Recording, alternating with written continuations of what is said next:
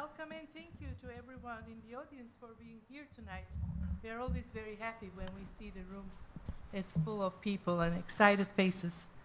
I call this meeting of Montgomery County School Board to order at 7 o'clock on September 5th, 2017. Please stand for the Pledge of Allegiance. Pledge allegiance to the flag of the United States of America and to the republic for which it stands, one nation, under God, indivisible, with liberty and justice for all. Thank you. I would like to take this opportunity to welcome our student school board reps, Josette Gravely from CHS and Chad Hughes from Auburn High School. Now they're going to read our mission, vision, and core value statements. We would like to welcome all of our guests to our school board meeting tonight. Here at Montgomery County Schools, our mission is that every student will graduate career and college ready and become productive, responsible citizens. Our vision is to inspire learning by providing a nurturing environment, positive relationships, high expectations, and continuous growth. Here in Montgomery County, our values for everyone include physical safety and emotional well-being, mutual trust and respect, open communication, accountability, engagement, and lifelong learning and cultural diversity. Thank you for being here tonight. Thank you, both of you, for joining us. The next item is our adoption of agenda. May I have a motion to adopt the agenda? So moved. Second. I have a motion and second. All those in favor, please say aye. Aye. Any opposed? We have an agenda. Next item is Dr. Meyer's announcements. Okay, Dr. thanks. Meyer. Again, welcome everyone this evening, and also welcome to the student reps. Very excited about the student reps joining us for the first time on our school board this year. And also excited this year, we've added a superintendent student advisory council that actually consists of these two students who are seniors and seniors from the other two high schools, as well as 4 juniors, and then a rep from every middle school that will be meeting with me about 4 times this school year to discuss student concerns. So real excited about that this coming year. I'm proud to announce that MCPS received several awards from the state for our achievement. The division received the Distinguished Achievement Award for Student Achievement and Progress. Only 15 divisions in the state received this recognition. Blacksburg Middle, Gilbert Linkus, Kipps, and Margaret Beeks received the Excellence Awards for making significant progress. Blacksburg High, Christiansburg Elementary, Christiansburg Primary, and Harding Avenue received the Distinguished Achievement Awards for meeting benchmarks. So they're great honors from the Department of Education, so well done by our schools. Been a busy couple of weeks. Been able to get out to some extracurricular activities. I went to the Battle of the Berg in volleyball a couple of weeks ago at Christiansburg, and it was a great match between the girls at Christiansburg High School and Blacksburg High School. Enjoyed watching the girls play volleyball. Was able to get out to Giles to watch Blacksburg High School play football a couple of weeks ago. And then this past Friday, I went to Christiansburg High School, and it was raining. And I'll admit, I didn't make it the whole time. I left a little early, but it was good seeing our kids compete in football at Christiansburg High School. Probably the most exciting thing I've done the last couple of weeks is attended the Dialogue on Race. And that was just a wonderful event. We were able, Dialogue on Race is a part of the community group that evolves around discussing race issues across the community, and one of the committees is the Education Committee. And so the last weekend there was a focus on education in Montgomery County in terms of how it dealt with race. And so I was fortunate to be invited to that and be a part of that, as well as every principal in Montgomery County was also a part of those meetings. And we heard some it was great dialogue. We actually divided up into groups. And all of our principals were involved in all of the groups. And during the discussion, what our principals were tasked with was actually going over data for our school division as it related to race, particularly black students in Montgomery County. And here's the sheet that we actually went over. You probably have a hard time seeing it in the audience, but I've given a copy to the board members here. And what I want to do is sort of touch what our principals went over with the groups.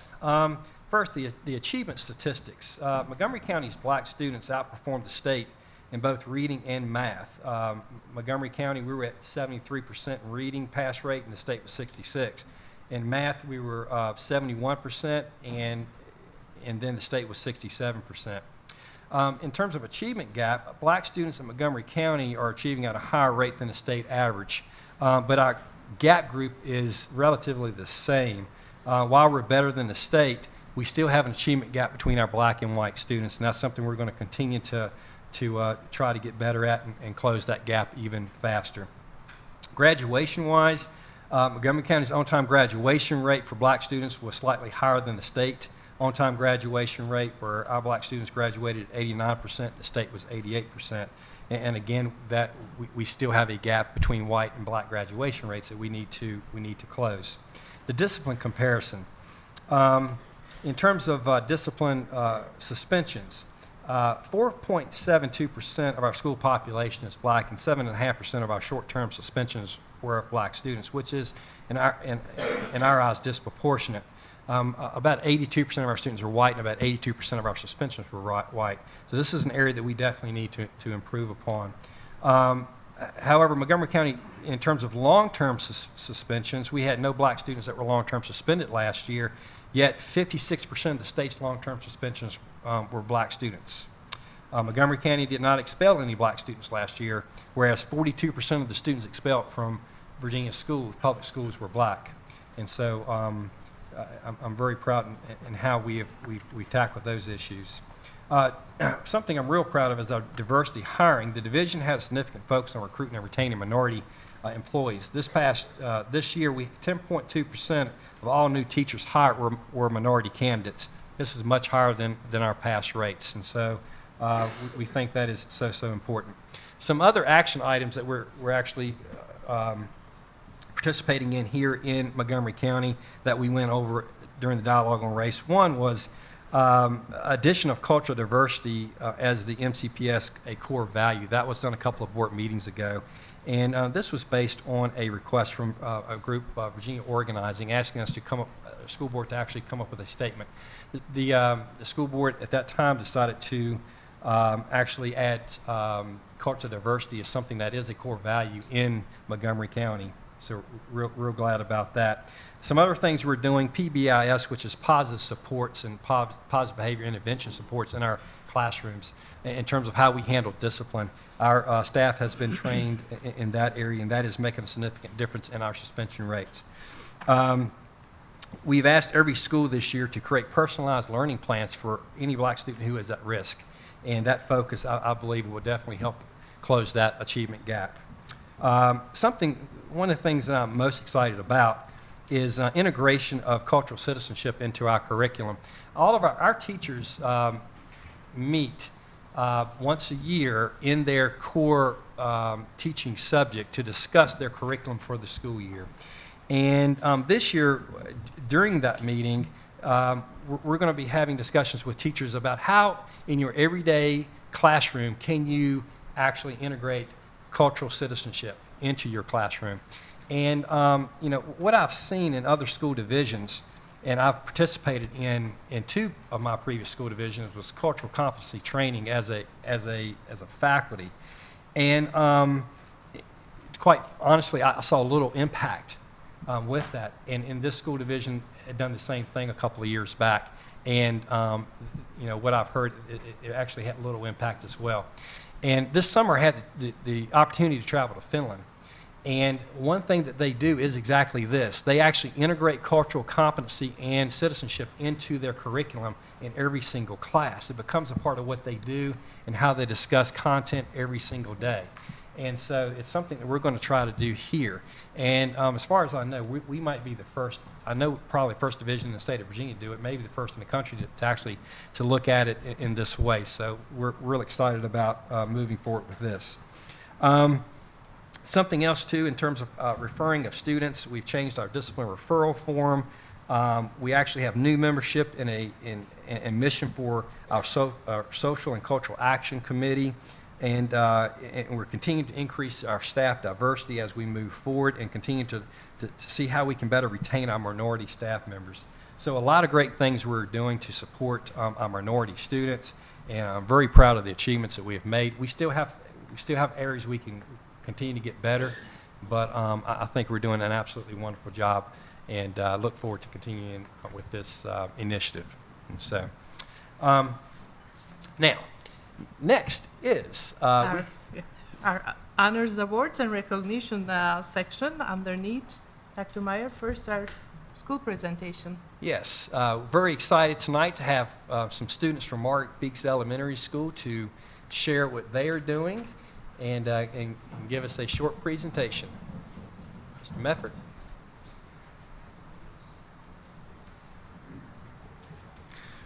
Good evening, ladies and gentlemen of the board, Dr. Meyer. This time I'd like to introduce 2 members of my 3rd grade team and 5 of our wonderful 3rd graders. So I'm going to turn this over to them.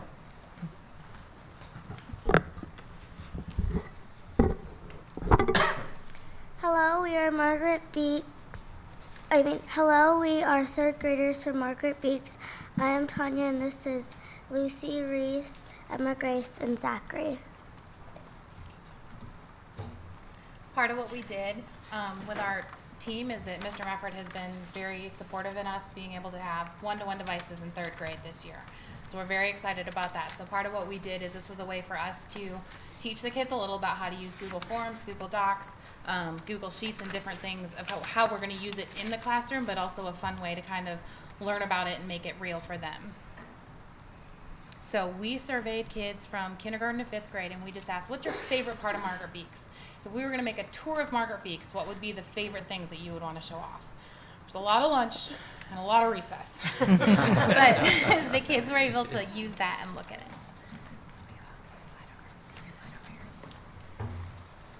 it. Our group toured Margaret Beeks to document places that our students, places like music, art, PE, the cafeteria, and the playgrounds.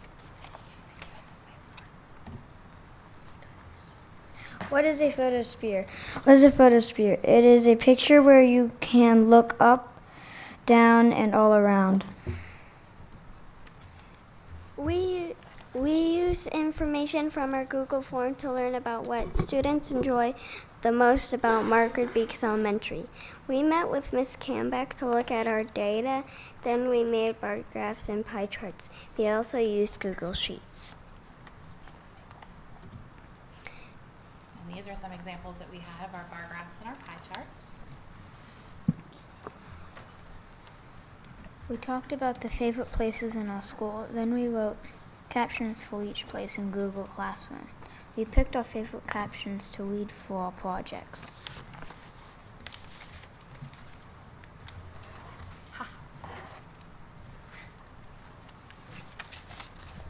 Let's show you around.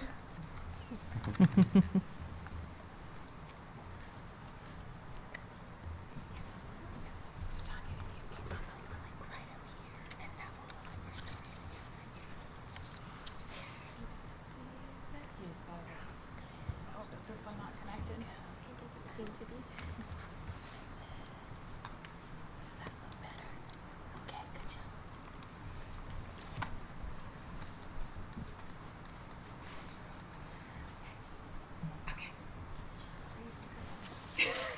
Sorry, we're trying to work on the mouse. Alright, so you can just slide it around. This is how you can see the top, and then slide it left to right. There's the wonderful Miss West. We also learned how if you move during the process of a photosphere, you get a ghosting is what it's called. Everybody watching?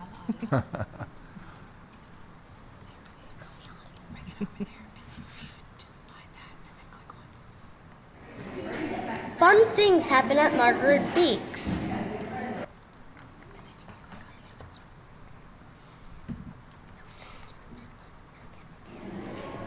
Margaret Beeks is the best place to go to school. I think you've got one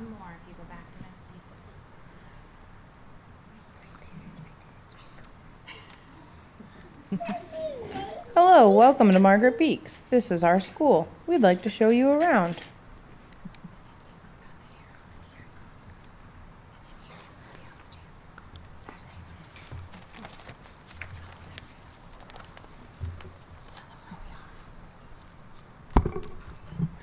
This is PE. It is a lot of fun. You get to do a lot of exercise.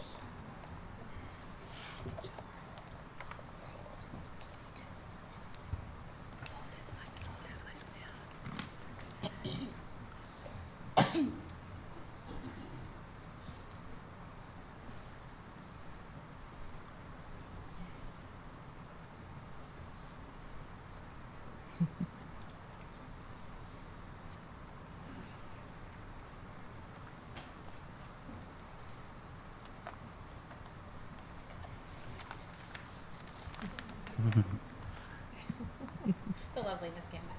All right, if you go around back to the beginning, you'll get to see that arrow to go to the next spot.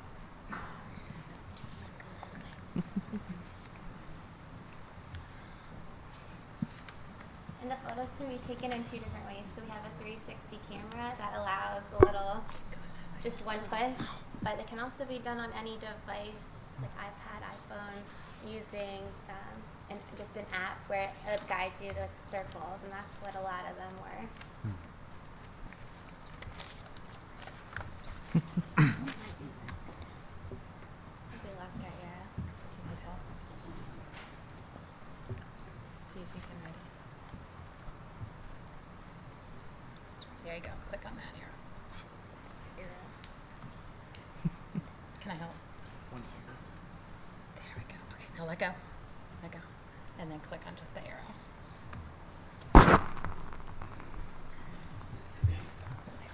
This is the art room.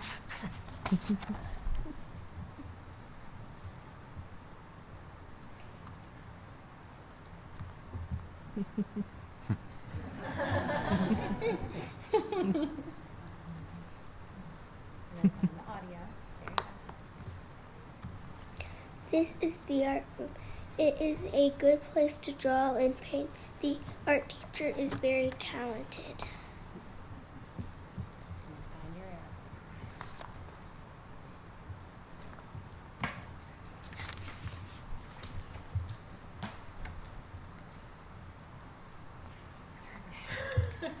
This is the music room.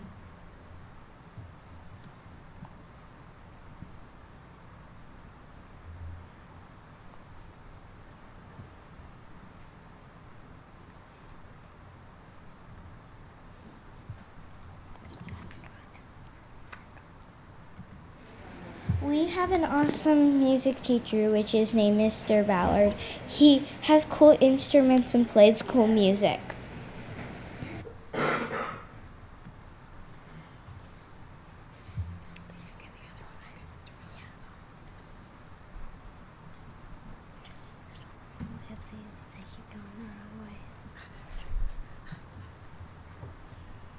One, two, three.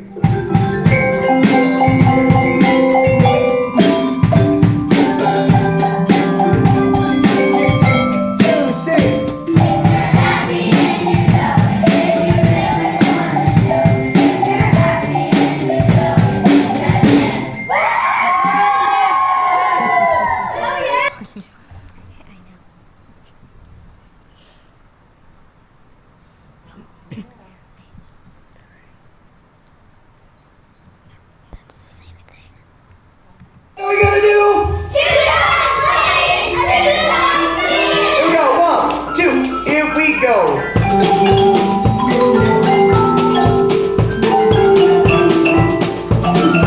One, two, again, hey.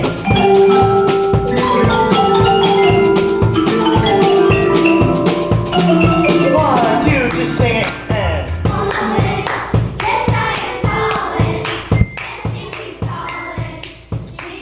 One, two, again.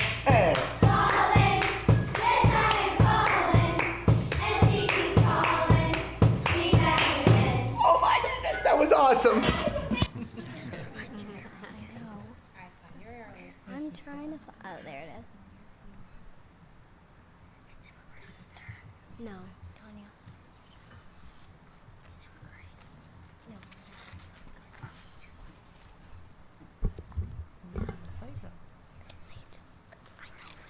This is the kindergarten playground and preschool playground.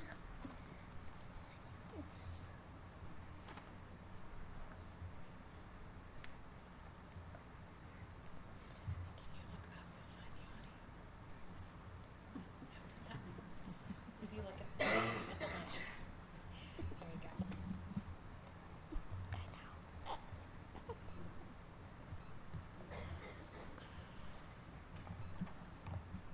This one might not have, you might just have to do it. Oh, there it is.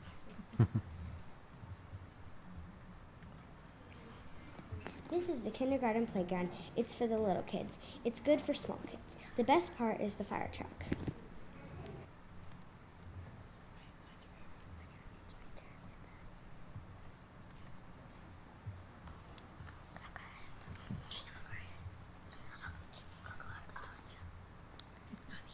This is the track.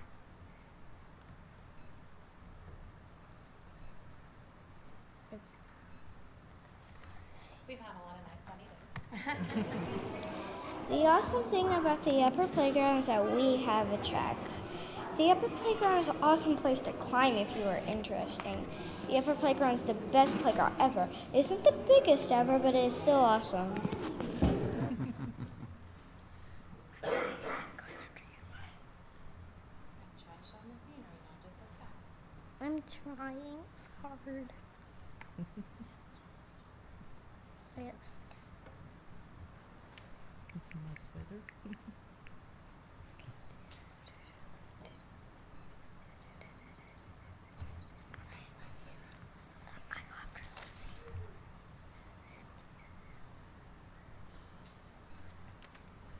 Oops. Do you need help? I can do it, I think. I'll have help.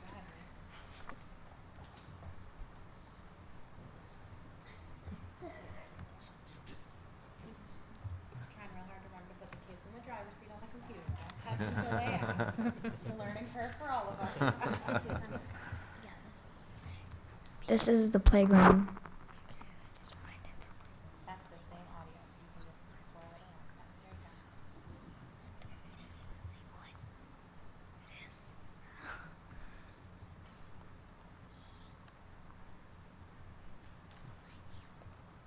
I'm going to do the audio. It's amazing how still they could stand on the playground. They had to move it.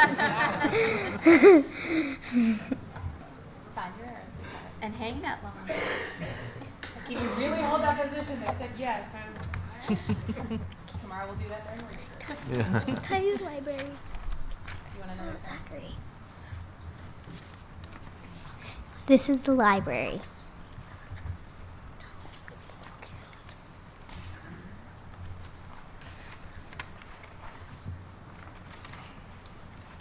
Tanya, you're sweetie. I'm trying. I'm trying. This mouse is weird. This is our library. It has lots of books. We have a book wall. Our librarian is Mrs. Borch.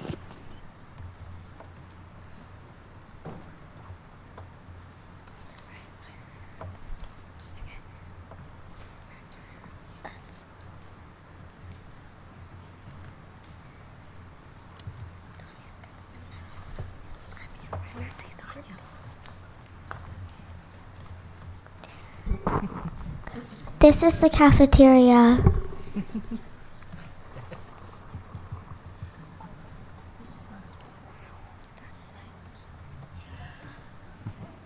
This is the cafeteria. I love to eat. It's good to eat and talk.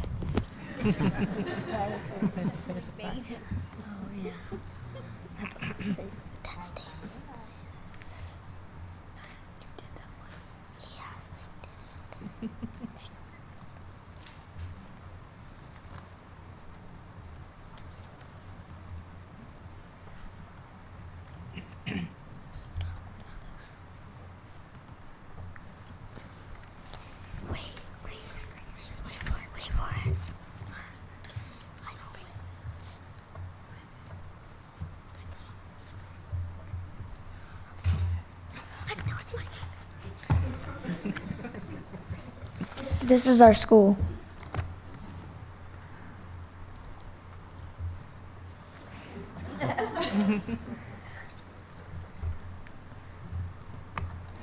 Thanks for visiting us.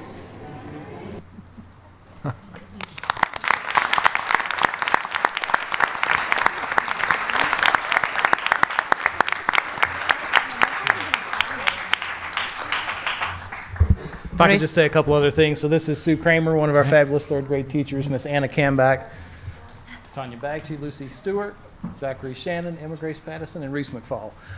Part of the problem they're having is they're so used to using a Chromebook, the mouse pad is different. Yes. So it's backwards. So that's part of Yeah, trying to figure that of out. But course. thank you all for your support. We hope to use more of this in the future, but it's been great. Thank you. Thank you. Thank you for, Very impressive. yeah, we, And your grown-ups can come and take pictures. thank you for the great presentation. We enjoy visiting your school. You walk all around here, and you stop at Miss Thomas, like you raise your hand, you stop right down from the turtle, okay? Then you go, everybody line up. First left. And I'm gonna be super silly and stand on a ladder. Climbing. Isn't that crazy? So that's the only way I can see you. You guys want to go ahead? Go ahead. Smile big. Good job. Baby feet. All right, now for me, okay? Ugh.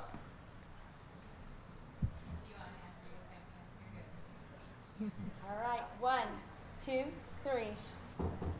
Perfect. You guys did so good. job. Thank you.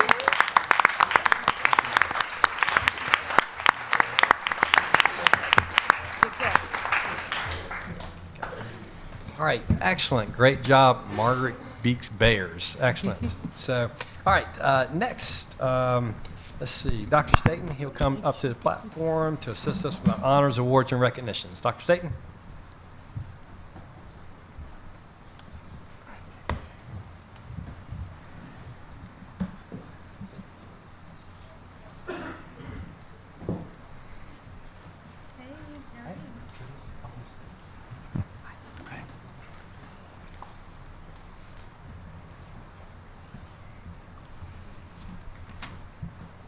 So, good evening, and now we will continue on with our awards, honors, and recognition for this evening. We'll start first with Mr. Carl Pauley, Director of Secondary Education. He will now come forward to recognize our Seniors of the Month for the month of September 2017, and other awards. Thank you, Dr. Staten. Dr. Meyer, Madam Chair, members of the board, a very special highlight of our board meeting is the recognition of a Senior of the Month from each of our 4 high schools. Photos and leadership profiles are displayed on the presentation board in the lobby. Our presentation format provides a snapshot of each senior and a quote from their administrator or teacher who nominated them for this recognition. It is now my pleasure to present Chris Stewart, the principal of Auburn High School, followed by Todd Lewis, assistant principal of Blacksburg High School, followed by Tony Deibler, principal of Christiansburg High School, and then Matt McDaniel, assistant principal of Eastern Montgomery High School.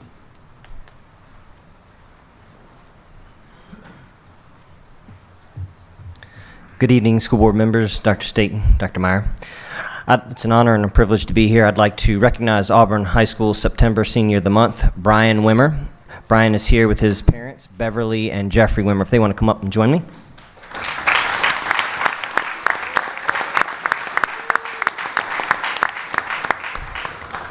I'd like to read a brief quote from one of the teachers at Auburn High School that wrote about Brian. Brian Wimmer is responsible, intelligent, trustworthy, and a leader of his peers. It is a pleasure to teach Brian for the second time and work with him as an officer of the Beta Club.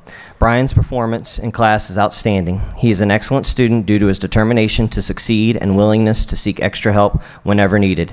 His peers enjoy working with him in a group setting. Brian is a leader of his class. Brian is the vice president of the Beta Club this year. He and the other officers work well together to plan and hold club meetings. As a sponsor, I know that I can count on Brian to uphold all duties of his role in the club, as well as volunteer for extra duties and community service opportunities. And that's from Mrs. O'Connor.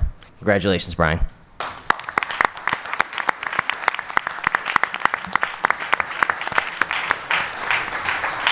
where do you want to do the picture? You guys all want to be in all the pictures? Okay. saw the directions, right? Hopefully I can do it without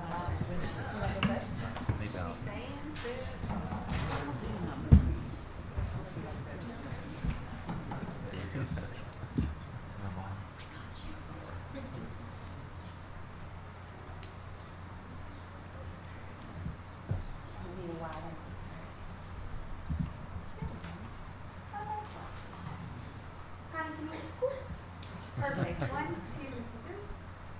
Great job. Thank you so much. Should we just stay?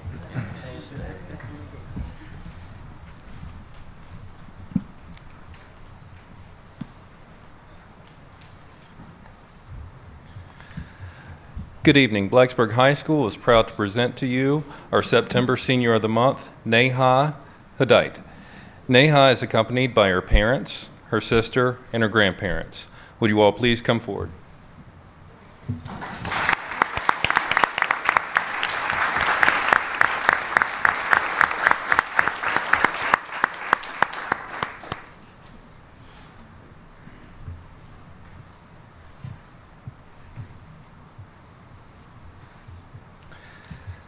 Neha serves Blacksburg High School as president of the Student Council Association for the second straight year. She is a leader of an organization that has tremendous responsibility in our school. She leads teams in charge of major events like homecoming, Thanksgiving baskets, and spring festival. She represents the student body in communication with the administration to give the students a voice in their school and community. Blacksburg High School is proud to present her as our September and first Senior of the Month for the 2017-18 school year. Thank you.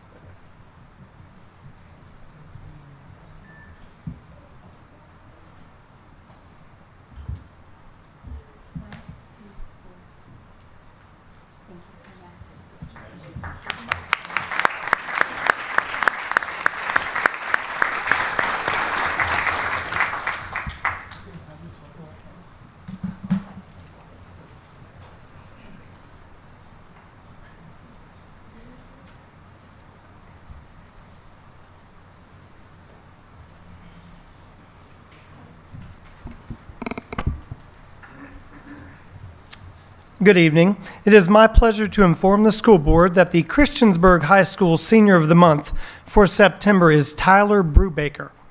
I'd like to ask Tyler and his family to come forward at this time.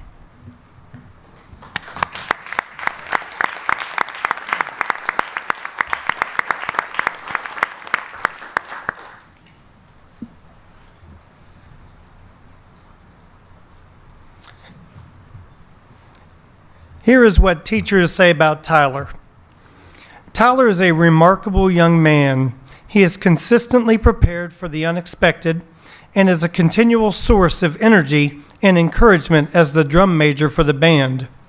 And another, Tyler is a natural leader, encourager, and motivator. He is now working as a teaching intern with my beginning men's choir, and he's doing a great job encouraging and leading by example. He is going to accomplish so many awesome things this year and in the future, and I know he will do it with the best of character. Tyler plans to attend Emory and Henry College to study music education. Congratulations, Tyler.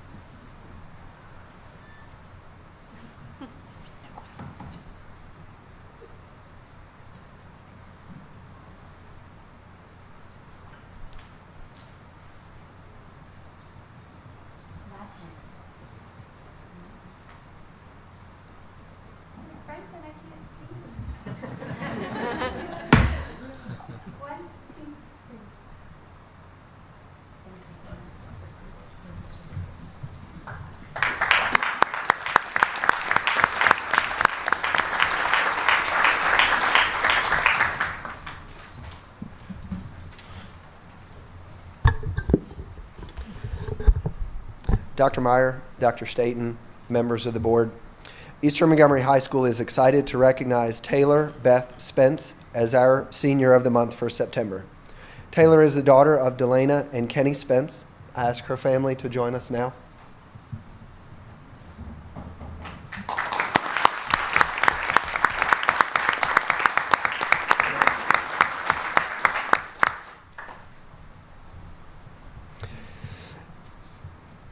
She has earned both the Girl Scout Silver Award and Beta Club honors. Taylor is an exceptional athlete in both soccer and basketball. She is active in her community through the service learning at Eastern Montgomery Elementary, while working as a student with Shawsville Middle School on remediation, coaching soccer for our first grade team at Eastern Montgomery Elementary. Eastern Montgomery High School DE Social Studies teacher Elena McKee had this to say about our Senior of the Month. Taylor is a diligent and determined student that never gives up. She never backs down from a challenge and always keeps a positive attitude. This cheerfulness, determination, and willingness to help others succeed makes her a delight to have in class. I wish I had more students like Taylor in all of my classes. Taylor plans to play soccer in college while deciding which major she would like to pursue. Taylor, we congratulate you on being our Senior of the Month.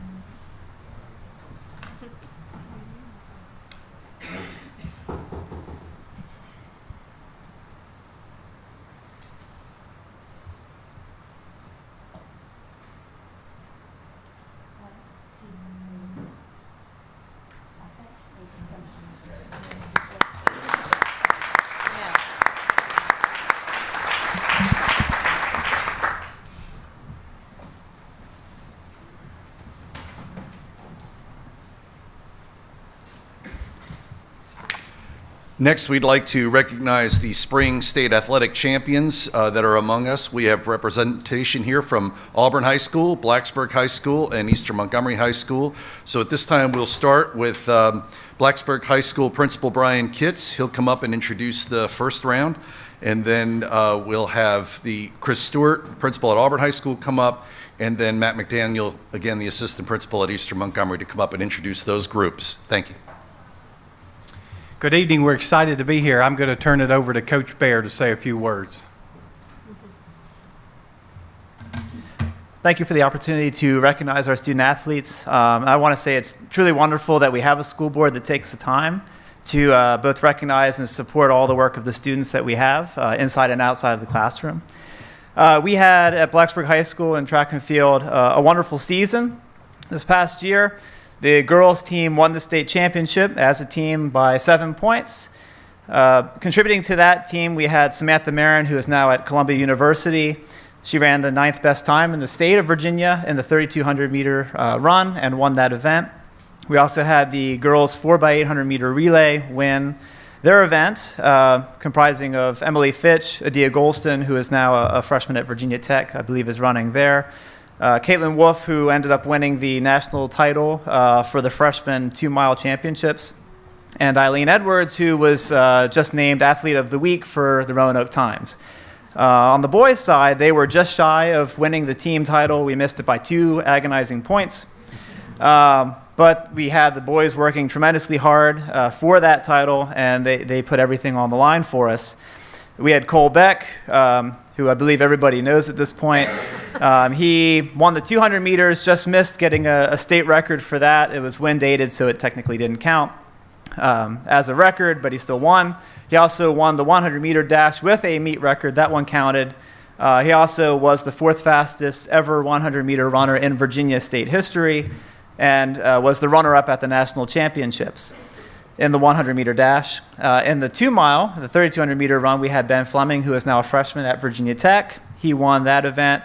He was also 7th in the nation in the steeplechase, was just 1 place away from being an All-American. And we had relays of the 4x100 meter dash relay of Noah Ramsey, Ransom Castleberry, Thomas Coffey, and Cole Beck. All of them, except for Ransom, who had graduated, all of them just had a long football practice, so they couldn't be here today. And the 4x800 meter relay of Ethan Edwards, who is now at Purdue University, Siddharth Nathella, Reed Holbert, and again, Ben Fleming. So that was our team. We had a wonderful, amazing season, and hopefully we'll be able to keep at it now that we are in 4A. Thank you.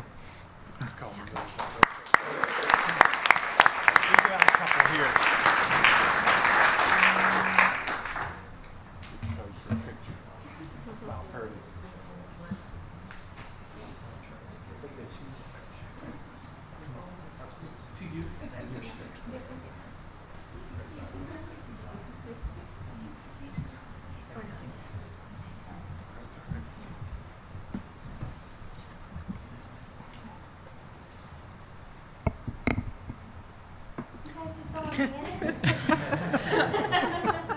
don't have to be in the limelight. 1, 2, 3. Thank you so much. Thank you.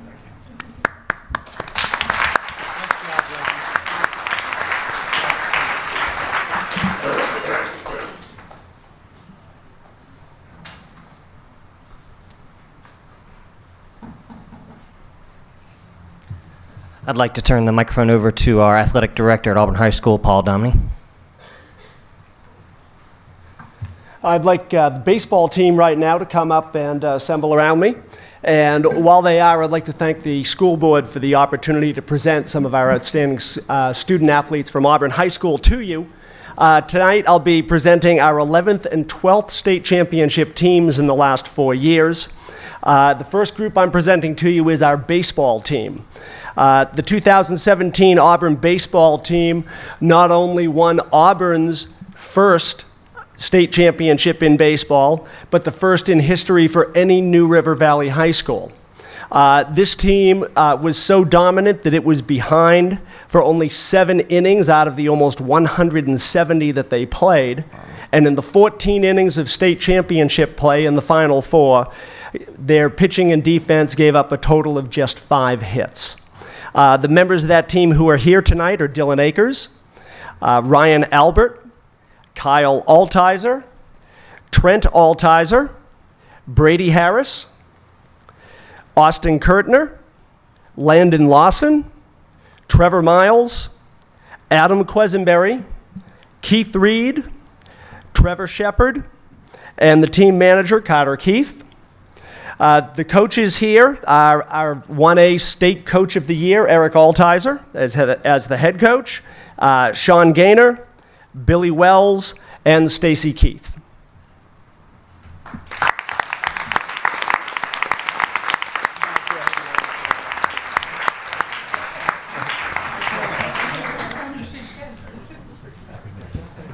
Yeah, we're going to have to stand.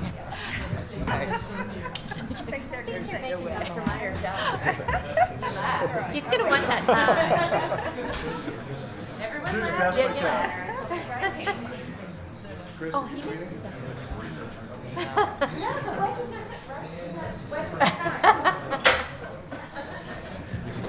Oh, she's up top. Oh, these guys are tall. They didn't look that tall. Hey, can you double row for me? Can you double row it for me? Tallest in the back, shortest in the front? Shorter guys in the front. All right. There we go. Bits that they're shorter. Oh, what's the right word for that? That is much, much better. Thank you so much. 1. Hey. All right. 1, 2, 3. Thank you so much. I've got a few more. Everybody good? Perfect. Thanks so much. Congratulations. I know.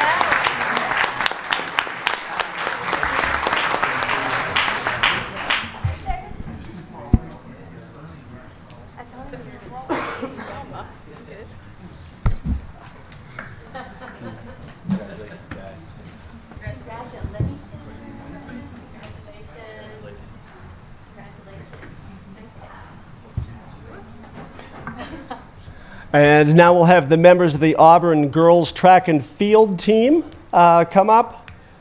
And if any of the boys' individual champions are here, they can join them. I will continue to be brief, as I was threatened by Carl Pauley with several forms of medieval re-education if I wasn't.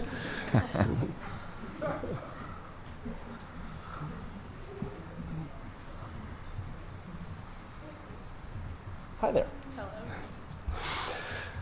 The Auburn girls outdoor track and field team won their second consecutive state championship this past spring. On the way, they reached the 100-point total at the state championship for the second consecutive year, and that point total nearly doubled the score of the second place team. So they were absolutely, utterly dominant. Tonight, as representatives of the team, we have here Caitlin Dominy, Grace Hall, McKenna Hallinan, Jessica Nagel, Haley Wade, and head coach Laura Daniels. Before they have their picture taken, I should also mention the individual champions in track and field. And for this girls team, Caitlin Dominy and Grace Hall were part of the 4x800 team that won the individual championship along with Laurel Miller and Jessica Musselman. And Caitlin Dominy was the individual state champion in the 800, while Leah Ernest, who is off at William and Mary right now, was the individual champion in the shot put. On the boys' side, Hunter Carter, Caleb Hallinan, Nolan Harris, and Richie Romo were state champions in the 4x800 relay, and Nolan Harris topped that with an individual state championship in the 3200.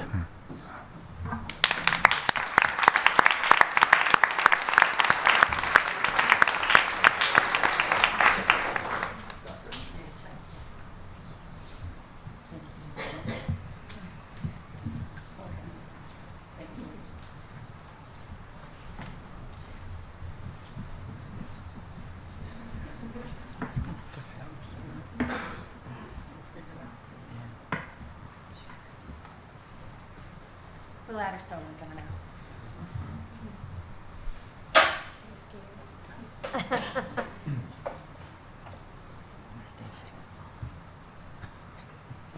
So much better. 1, 2, 3. Thank you so much. Congratulations.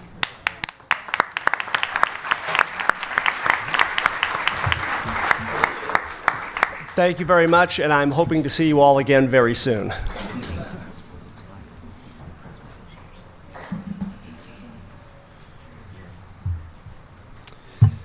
Dr. Meyer, members of the board, I would like to recognize Destiny Sweeney as our girls' state track champion. If Destiny will join me up here with her coach, Casey Schrader. Destiny won the state high jump for the third year in a row and also won the long jump this year. She holds 6 school records in the 100 meter, the 200 meter, the 4x100 meter relay, the long jump, the triple jump, and the high jump. Destiny will be continuing her career in education at Lees McRae.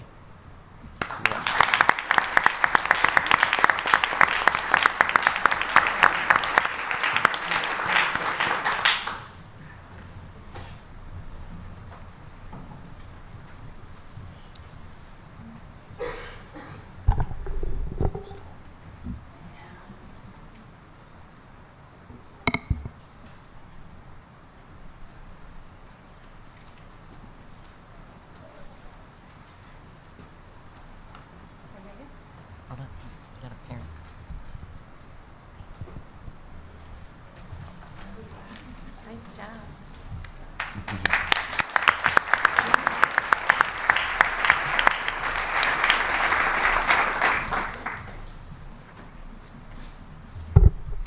At this time, I'd like to introduce to you Rick Weaver, our Career and Technical Education Curriculum Administrator, and he has a few recognitions to do as well this evening. Mr. Weaver. We have so many superlative students, my leg went to sleep. I wasn't sure I could get up here. Career and technical student organizations are an integral part of all CTE classrooms. I'm going to introduce to you tonight 6 teachers, sponsors of CTSO organizations. And I'm not going to say much about the teachers as they introduce their students, but do know that behind every successful student is a successful and supportive teacher. And these students that we're recognizing tonight are being recognized for their accomplishments at the state and national levels this spring and summer. We'll start with Stephanie Parker, the Technology Education Teacher and Technology Student Association sponsor at Blacksburg Middle School. Ms. Parker?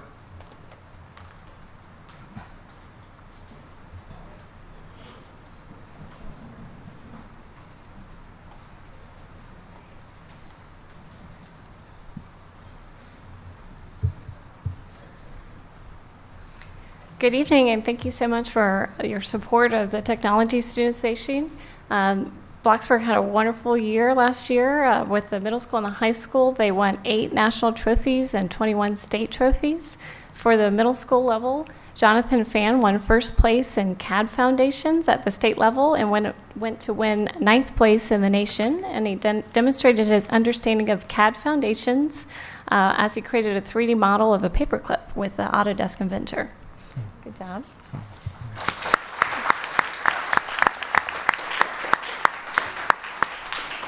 I'll also note that Jonathan also won 2nd place in the nation in STEM animation.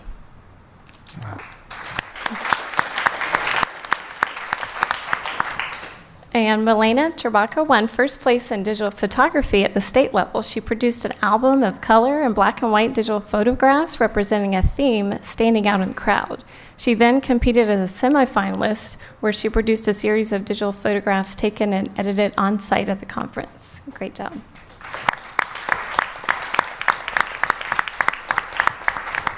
Aicha Bulba won first place in systems control robotics at the state level and went on to win 2nd place in the nation.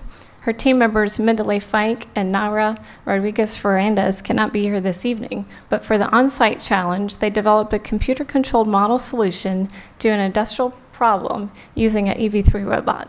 Great job.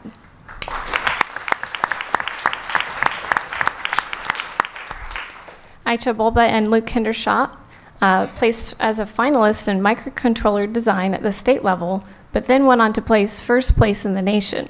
Their team members, Mendeley Fike and Naira Rodriguez-Fernandez, cannot be here this evening either. For this project, they developed a working digital device with real-world applications. The group made a device called the Pooch Protector, which aimed to prevent animals from dying in hot vehicles by sensing the environment in the vehicle. Through a multimedia presentation, they demonstrated in detail the knowledge of their microcontroller product through its programming, circuitry, product design, and marketing. Great job.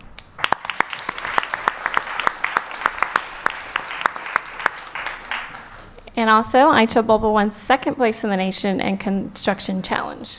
Great job, students.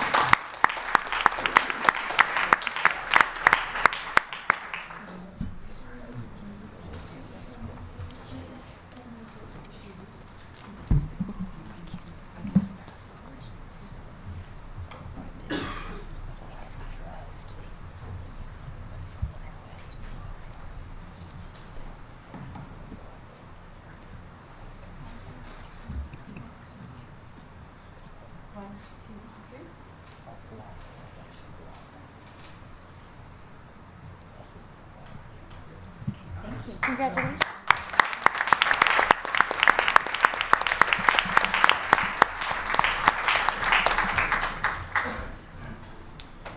Okay, I received a text that said Mr. Culver is here. I hope he's here. Okay.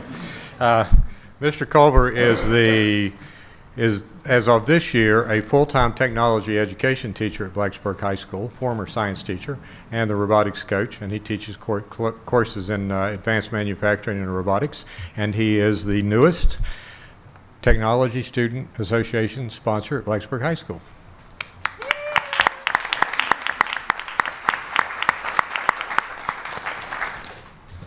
I have to confess something. Ms. Parker wrote this for me. It's much better than what I had, and I am stepping up. So, Blacksburg High School won, first off, the Everett W. Van Dyke Outstanding School Award at the state level for having the most competitive points for any school in Virginia. Of the individual awards, Neha Hudait won first place, having the most competitive points than any other high school student in Virginia. Neha won first place in Future Technology Teacher at the state level, where she researched and selected 3 accredited colleges that offer technology education teacher preparation as a major, wrote a 1-page simulated college essay, and developed and presented a lesson plan to the judges. Neha also won first place in prepared presentation at the state level, where she delivered an oral presentation on how women of color are underrepresented in the STEM fields. Elijah Hodges, kind of step forward, won first place in engineering CAD at the state level, where he used complex computer graphic skills, tools, and processes to develop the 3-dimensional representation of a backpack that carried electronic devices for field work. A lot of these competitions, they don't know, they just, when they arrive, they have to do it all right in front of the judges. It's pretty impressive. Brandon Fan, Jaehon Lee, and Lily Zhu won first place in software development at the state level and went on to win 3rd place in the nation. They used knowledge of cutting-edge technologies, algorithm design, problem-solving principles, effective communication, and collaborative teamwork to design, implement, test, and document a software development project of educational or social value. Mia Lazar won first place in STEM careers at the state level and also placed in the 4th in the nation. She focused on the STEM skill of digital video and prepared a video that demonstrated the skill assigned in detail. Hulan Jenkins, Swastik Ankara, won first place in video game design at the state level. They programmed and coded a video game with gravitational levels of different planets, that was visually appealing and intellectually challenging. Great job, students. I'm proud of you.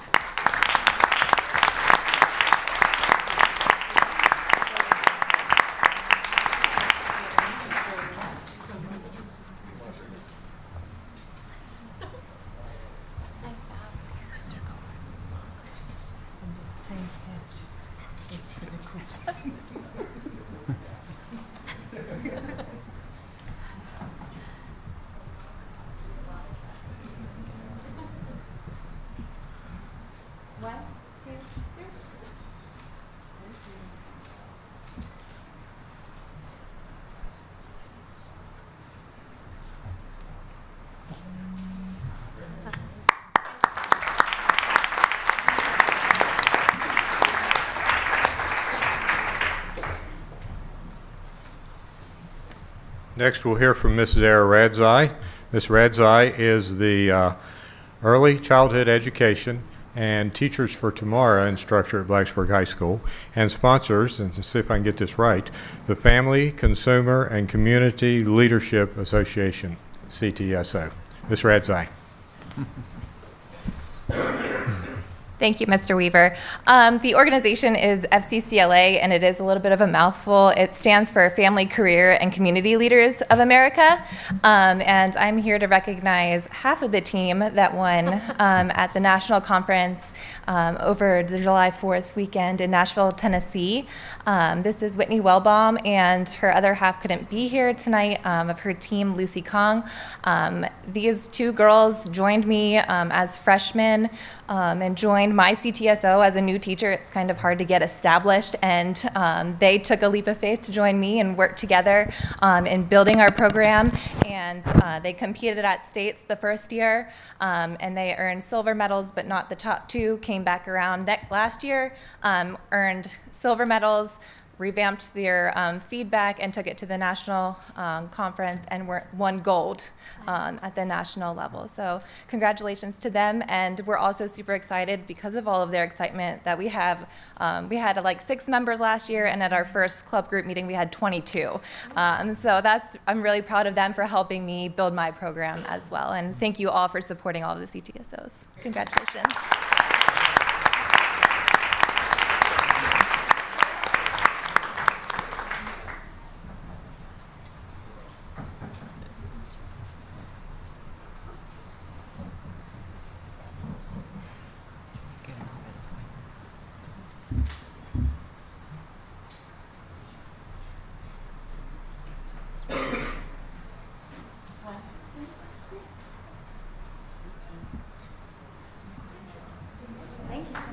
Congratulations.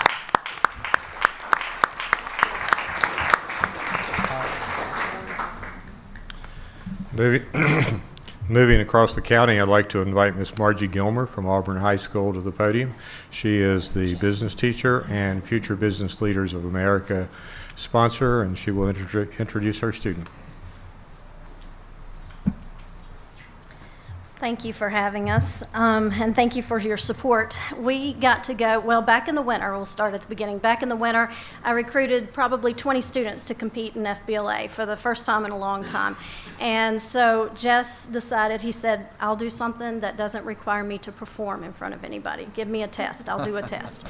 So he chose the help test, help category, or the help desk category, where you help people that are having computer problems. And he aced the test and got up into the state level, won first at the regions, and then at the state level he was called up second place. And I said, Jess, we're going to California. So off to Anaheim, California we go. Well, what we didn't realize, at the state level and the national level, he also performs at that as well in front of panels. And so he had to perform in front of a panel of judges as he had to troubleshoot any problems that they had with their computers. And he came out 9th place in our nation, so at Anaheim, California. So I'm very proud.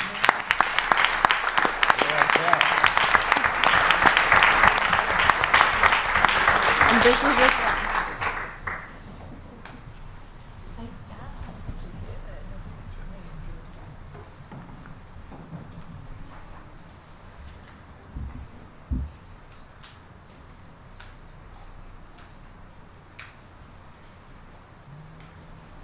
Last one.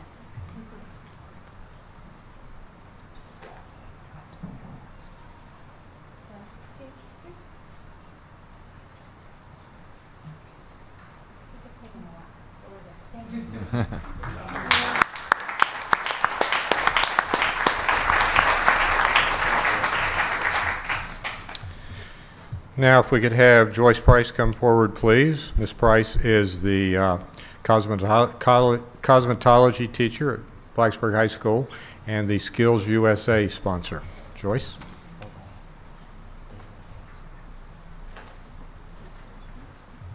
Thank you, Mr. Weaver. First of all, I'd like to say thank you to the board for having us here tonight, and thank you for your support for career and technical education as well as our CTSOs. It's very important that these students get the opportunity to do all of the wonderful things that they get to do. The students that I'm here to represent and introduce you to are two students that have been elected to represent their career and technical organization throughout the state and the nation. First, I would like to introduce you to Georgia Halkitis. She is a third-year cosmetology student, and she has been elected to be the state Region 4 Vice President this year. And so she will be traveling across Virginia representing Skills USA. I would like to also introduce you to Hunter Radford. He is a Carpentry 3 student, and he is actually a national Region 2 Vice President. And so Hunter is actually going to be traveling across the nation representing Skills USA. So both of these students have been able to experience some great things so far, and I hope you get the opportunity to talk to them about that and get them to tell you some things that they have coming up. So thank you again very much, and I'll let them tell you all about it.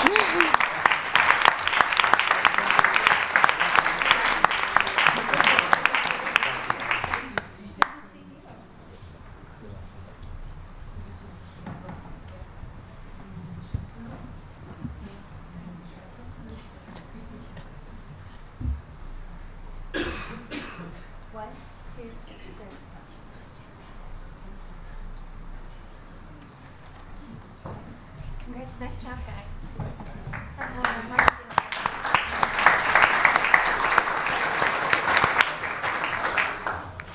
Okay, we have one more CTE teacher, and this teacher has some students, or a student who actually participated in a VHSL competition. VHSL is trying to branch out away from athletics to some degree and has offered some other types of competitions. Mr. Kaler saw this, got his students interested, and he'll tell you about it.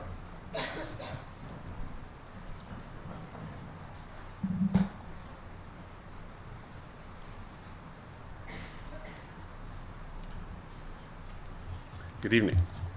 I would like to thank the board and Dr. Meyer for all the support that we get. The atmosphere around these days is really good, and it's due to your hard work, and I want to thank you for that.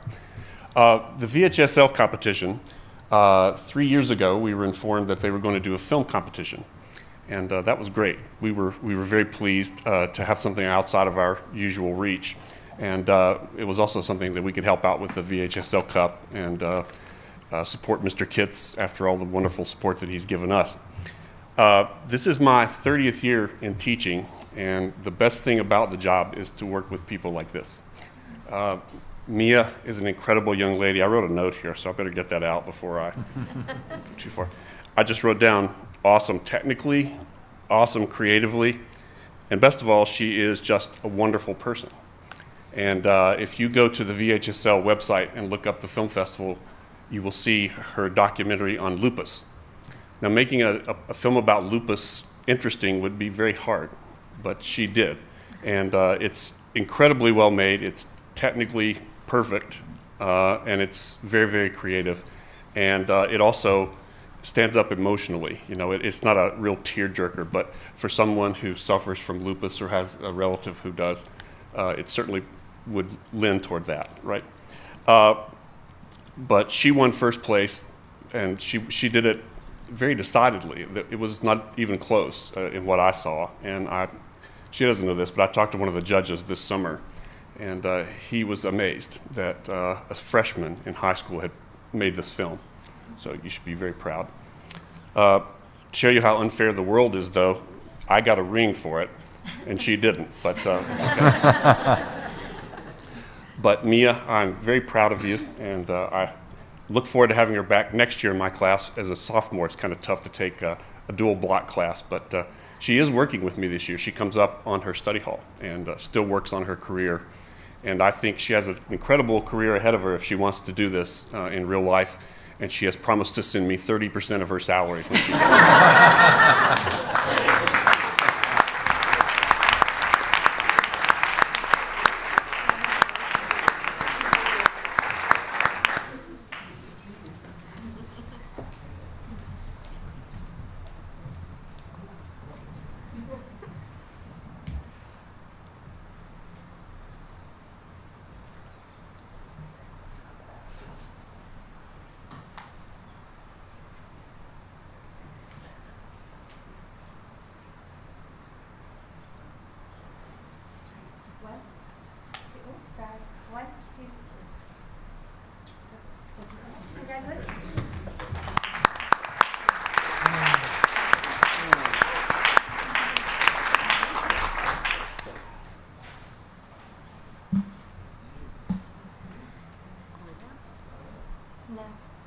Mr. Pauly? Okay.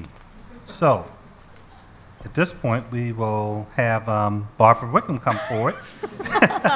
She is our Director of Elementary Education, and she will be recognizing the McLaughlin Teacher of the Year. Yes. Good evening, members of the board, Dr. Meyer, Dr. Staten. Glenn? Is Glenn here? There he is.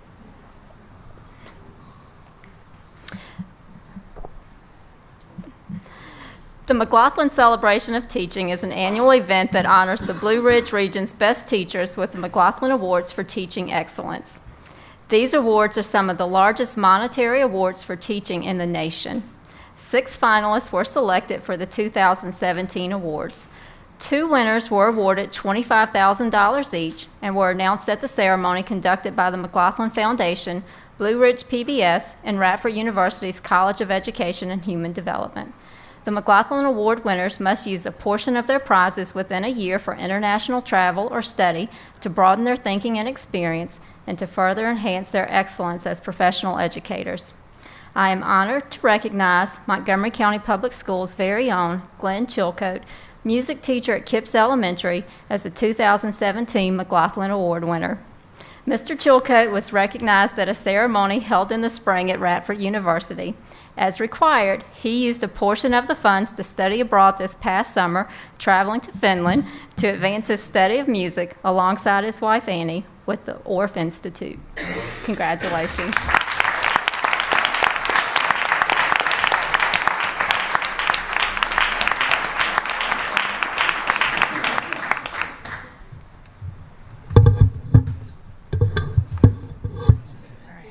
that in a minute.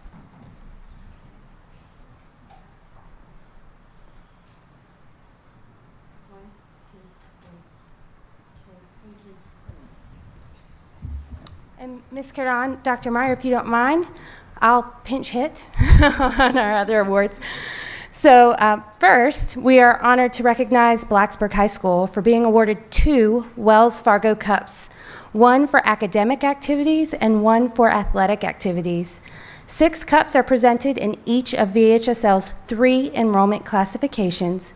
Winners of the Wells Fargo Cup are determined by a point system based on performance in VHSL state championships. Schools can earn academic activity points for outstanding participation in Scholastic Bowl, creative writing, theater, forensics, debate, newspaper, yearbook, and magazine. Congratulations to the athletic department at Blacksburg High School.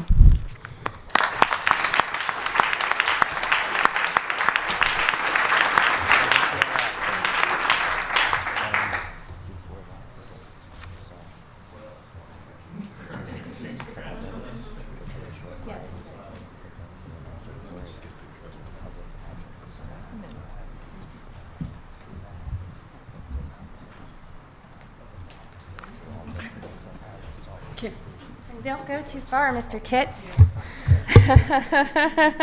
If Mr. Kitts, Mr. McDaniel, and Mr. Stewart could please come forward. We want to honor and recognize Eastern Montgomery High School, Blacksburg High School, and Auburn High School for being awarded the Claudia Dodson VHSL Sportsmanship, Ethics, and Integrity Award. This award recognizes schools for their efforts in promoting good sportsmanship throughout all VHSL activities. Congratulations to all 3 schools.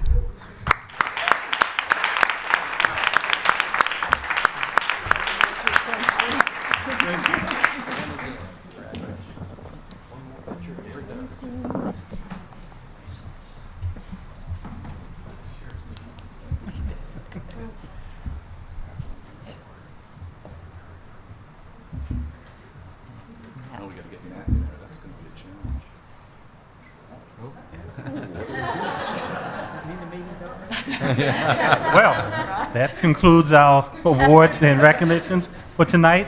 We will now take a short break so that Dr. Meyer and the board can congratulate tonight's recipients. Thank you. The next item is on our agenda is our public address. At this time and at each of our regularly scheduled meetings, the school board sets aside up to 30 minutes for citizens to address the board about issues pertaining to public education in Montgomery County. Each speaker is allowed 3 minutes to speak. The screen throughout the room and on laptop will indicate when the speaker has 30 seconds remaining and 3 minutes has passed. I have one individual sign up to speak. And Alex Dye, please come forward, state your name and address, and you have 3 minutes. Hello, my name is Alex Dye. Address is 515 Treetop Drive, apartment 202 in Virginia Beach, Virginia. So I am here with the Commonwealth Challenge Youth Academy, and first of all, I would like to say congratulations to you all, students, teachers, with the outstanding accomplishments everybody's made. It really, touched me there about the potential your students have. So I really just wanted to focus on some of the students that sometimes people forget about, the students who are falling behind for one reason or another and are at risk of dropping out or have already dropped out.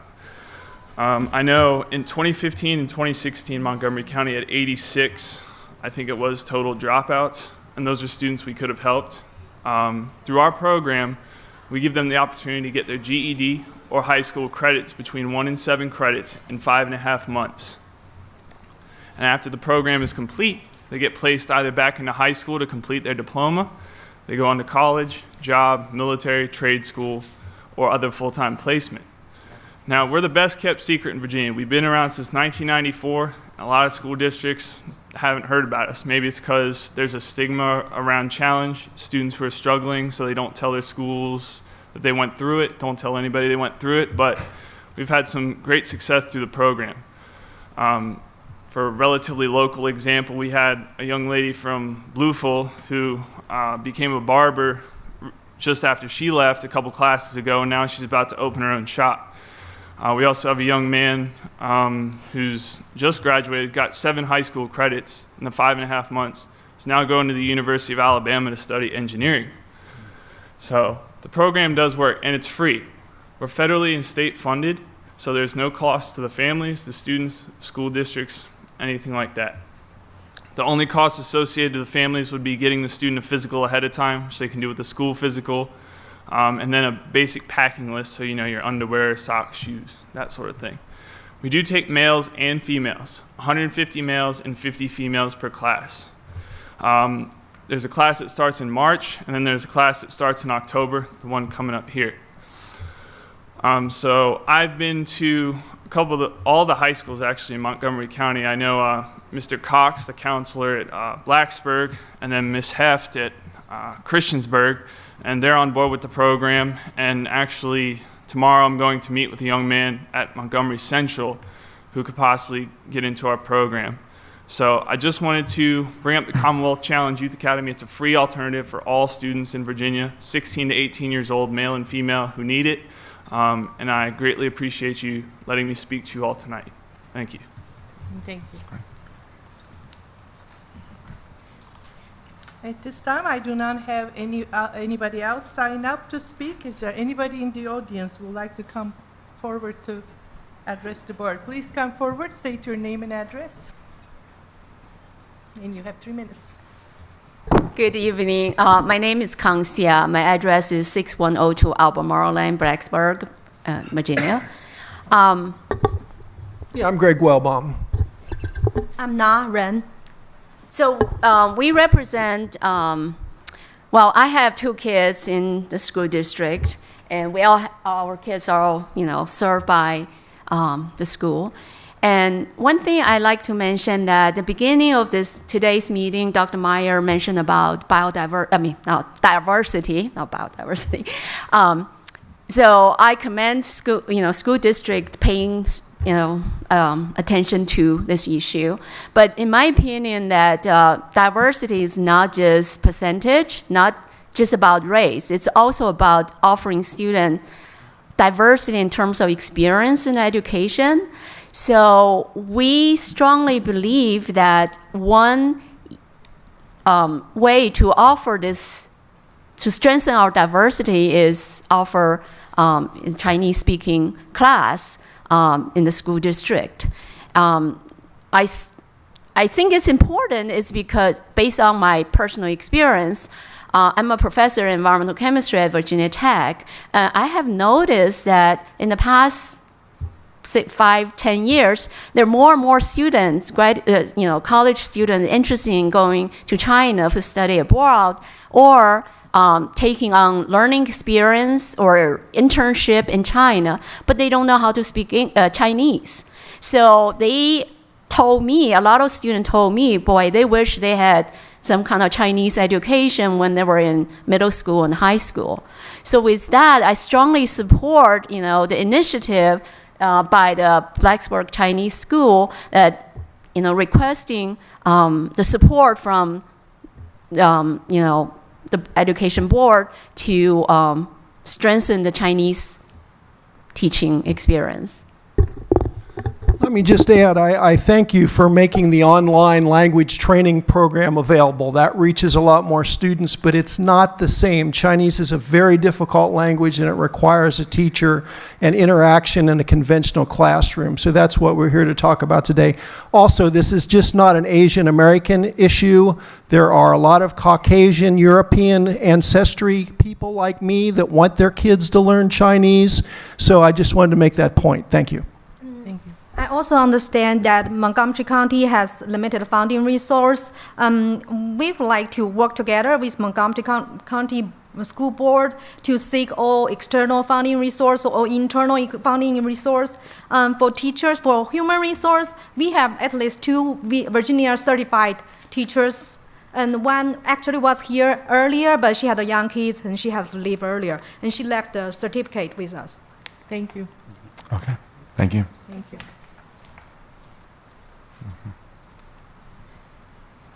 Anyone else in the audience would like to speak to the board at this time?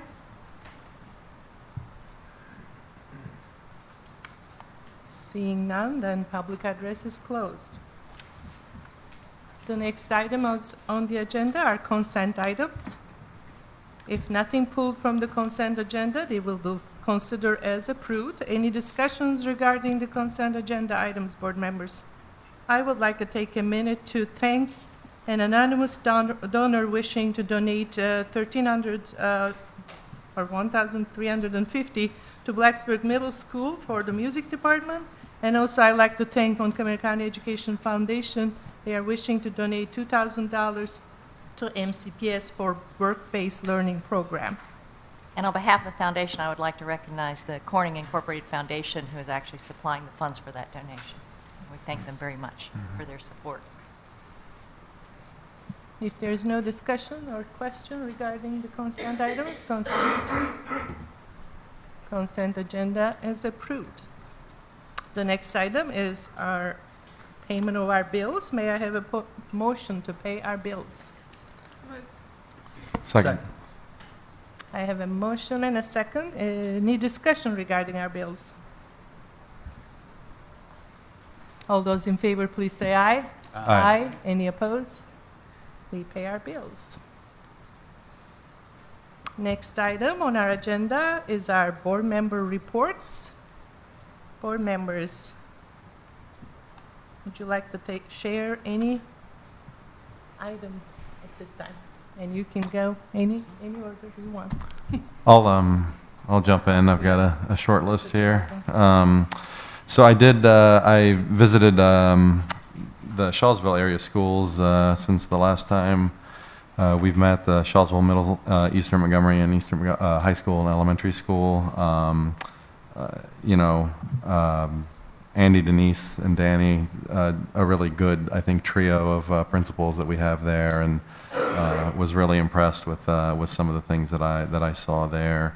I've been active, with the calendar committee. So I've also been active with the survey subcommittee, and I think at least maybe some of you, maybe all of you, have seen the survey that came out from that committee.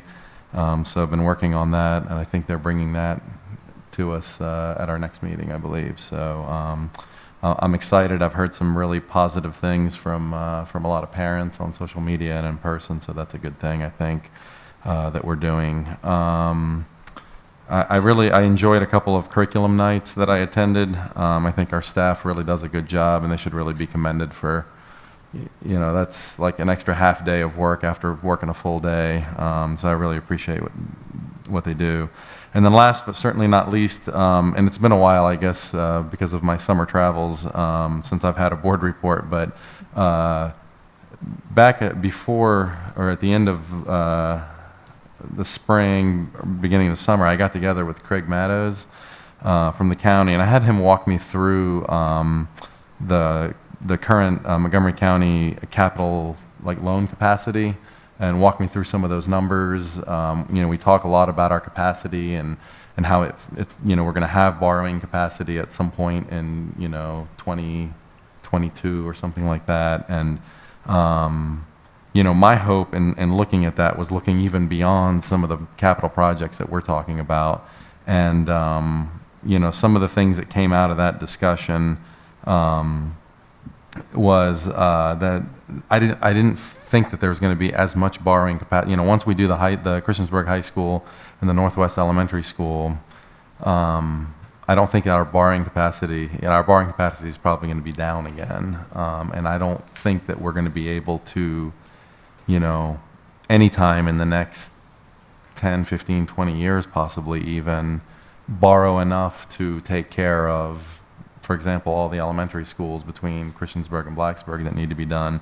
So that was kind of the bad news. I think that we do need to probably work with the Board of Supervisors on a long-term plan. I know we've been doing a pretty good job, I think, even looking out 10 years, a decade. That's pretty far out, but I do think there might be some value at some point in looking even further, just to kind of get an idea of what are the funds that we're going to need in these future decades, and is the borrowing capacity going to even be there to do those? And if not, we need to find out where that money is going to come from.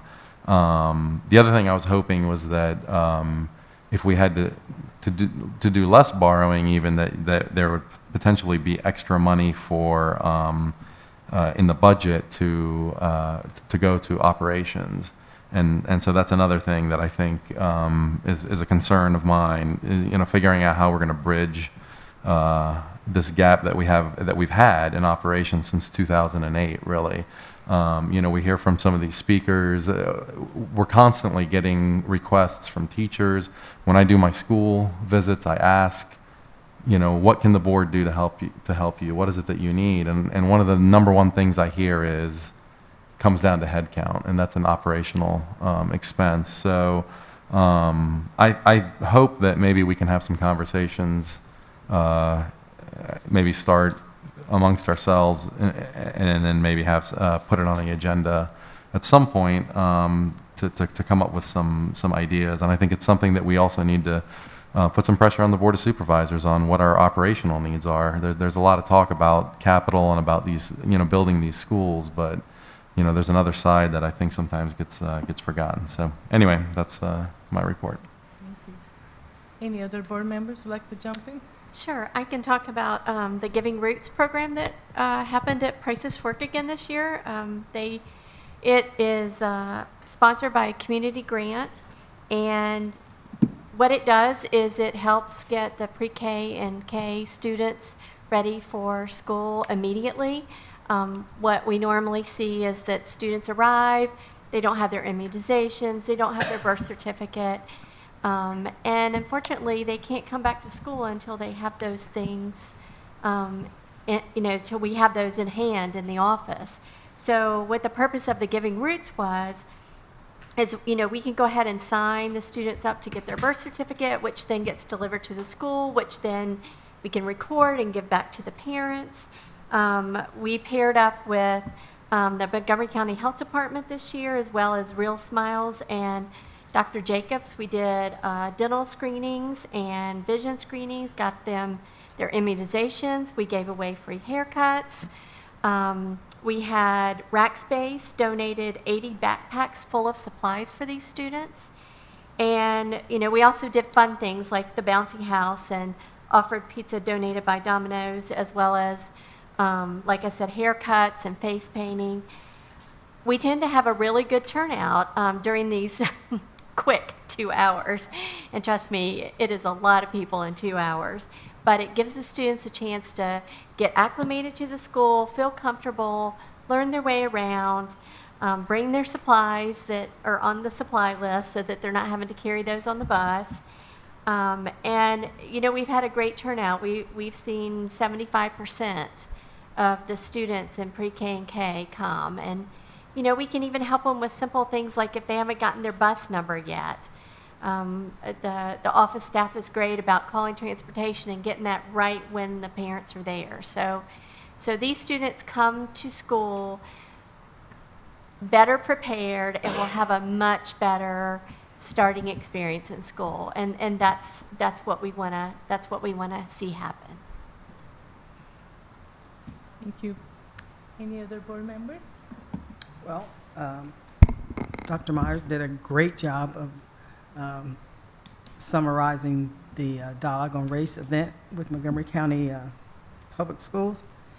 It was absolutely wonderful to see all the administrators and other folks connected with the district show up and take an active part of the conversation. For me, seeing the students there was probably the best, because as I've been saying for years, we can do a whole lot around supporting teachers, supporting children, making sure that we're trying to give every student everything they need, but we still have the same issues as far around the gaps in achievement. And what happens in those classrooms is what needs to be focused on many times. So to have the students share exactly what it's like for them to be in these classrooms, I think was an eye-opener to many folks, because they just don't get it. This is the environment that we're in every day, and you don't understand how we're not feeling supported within the classroom. So figuring out how we do a better job, and I think having our students representatives with us will be a wonderful addition to hear that reality. I can't wait. You know. So I really thank the students for coming out and speaking. Made a huge difference. You have no idea the comments that I heard about you all speaking, okay? So encourage your classmates to start talking to their administrators and their teachers. And when the superintendent's hanging out in the buildings, you know, grab him. Say, guess what? You know, you should know this, right? Because I don't think any of the students have a problem grabbing you these days. So the community participation was absolutely overwhelming. We probably had 225 people or so show up for that event. It was great. So now we just build off of what we heard and what we learned, what we have learned. You know, we're going to see our scores tonight and talk about those. But again, we have to start paying big attention to what's going on inside the classrooms. And I know that is a huge task with all the classrooms that we have, but we've got to figure out a way how we do that. And that's when we'll see big changes. And we won't have to look at students who are not achieving at a level that we would like them to be and then work with them to get there. Because we will have already made them feel good and made sure that they're getting what they need throughout their whole educational experience in Montgomery County schools. So it's for me, it's kind of one of those things, you know, the story how, you know, you have bodies or babies that are floating down the river and everybody's jumping in to pull them out. And then finally someone says, wait a minute, I'm going to see why they're coming down the river. And that's where I think we are right now. A lot of good things going on, but we still got a little work to do. So thank you all again for participating. And I think this could be a pivot for Montgomery County Schools if we pay attention to what was said that day. Powerful day. Any other board members? So I started my year also at Blacksburg High School Curriculum Night Open House, so and looking forward to visiting all of our schools throughout the year. I also had the opportunity to speak at the All-County opening on behalf of the Montgomery County Educational Foundation and announce our grant cycle that is going on now.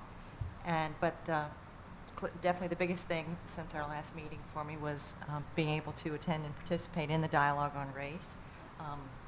As I mentioned, we broke out into groups, and I was fortunate to have both a Montgomery County High School student and a Virginia Tech student in my group talking about their experiences. And you know, there's nothing more powerful than hearing it straight from them. And so it was a wonderful experience. I mean, I commend everyone involved with it. And as a school board member, it's great to see that kind of community support, to know that we are supported in these efforts, because that will make all the difference in the world as we go forward. Thank you. Any other board member reports? Mr. Lyons, Ms. Bond? Only thing I would like to report is that I went and obtained us another student who will graduate in 2035. A diverse student, as a matter of fact. So, I don't know if we'll be around that long. Yeah. But yeah, so that's my days and nights have been filled with that for the past several weeks. But yeah, I'm hoping to get around to all the schools here very soon. Yes. 2035. Wow. Ms. Pound, you're good? Before I close up our board report, so we'll give opportunity to our students to report. My school visits starts tomorrow morning, 8 o'clock actually, with the Blacksburg schools. And, you know, I have to detail with Ms. Franklin and Ms. Froggatt, you know, wonderful, wonderful dialogue on race meeting. It was the best I've been attending in terms of the number of people of course, having all the administrators there with superintendent, and and the students. Students were the best part to hear from them, and I was trying to eavesdrop and hopping from groups to groups, and it was very open. Everybody was telling as it is and very openly shared, and it is very exciting. And when I ran out of the name tags, I know that it's going to be one well-attended event, and that happened pretty fast. And the other thing I would like to quickly say that our hearts goes out to Houston area. We're thinking of them after the terrible flooding, and I know from our area, from our communities, businesses, and our schools, student groups, there's tremendous efforts to putting together aid packages or financial support. Just to give you a little number to put it in a perspective, the devastation, it is 1 million students from 58 counties cannot go to school the next God knows how many days and weeks. So just keep them in your hearts and thoughts at this time. That will wrap up our board member reports. The next one, our student reps are going to give their reports. Josette Gravely and Chad Hughes. Microphone is yours. Thanks for being here again.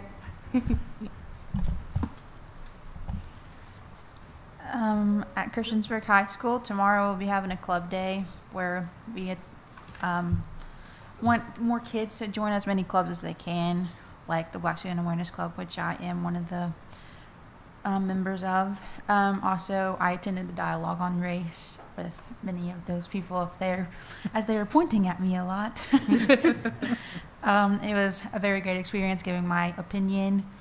I was in one of the groups, which was group 4, because I remember because there's like 4 people in there, but there's other big groups, which was really weird because there was only like 4 of us in there.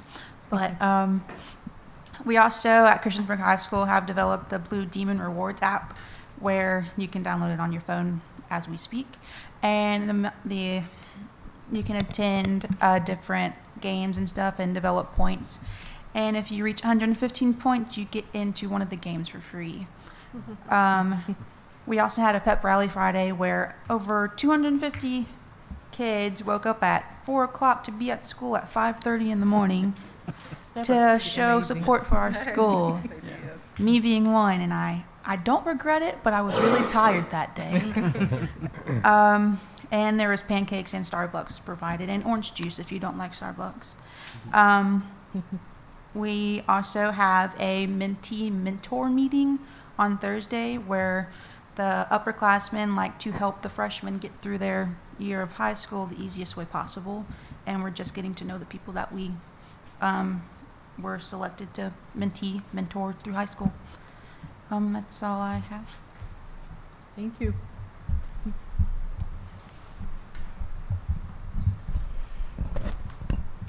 All right, so I just want to start by saying I'm really thankful for this opportunity to be here. It's really great, and I'm glad to be here. So, school's just started kicking off. We're not that far in the year, but there's already lots going on over at Auburn this year. So, students in some of the science classes, they've had the opportunity to use the augmented reality sandbox, which is located in our STEM lab, to discuss topography and water flow simulations, which I've heard that's something really cool that they're getting to experience. So that's great. We have a volleyball home game on Thursday against Eastmont, and the regular season for volleyball started 2 weeks ago, and we kicked that off with a good victory, so that was good. Okay, our football team won their first game Friday against Craig, and our first home game will be this Friday against Floyd. The boys and girls cross country team is traveling to Salem on Saturday for the Knights Crossing meet. 2 weeks ago, the boys finished 11th out of 30 teams at the Plains, while the girls finished 12th out of 24 teams, so they did pretty good there. The golf team has also had some really good success. They won a team match this year, and some of the individuals on the golf team are posting some great scores. And our first club day is next Wednesday, and this year a lot of people got together and they started a bunch of new clubs at Auburn this year. So there's a bunch of new opportunities there that I think is going to be good for some students to branch out and enjoy some of those new clubs that was started. And currently we have class officer elections going on this week, and that's always fun. And our first pep rally is this Friday, so yeah. Busy.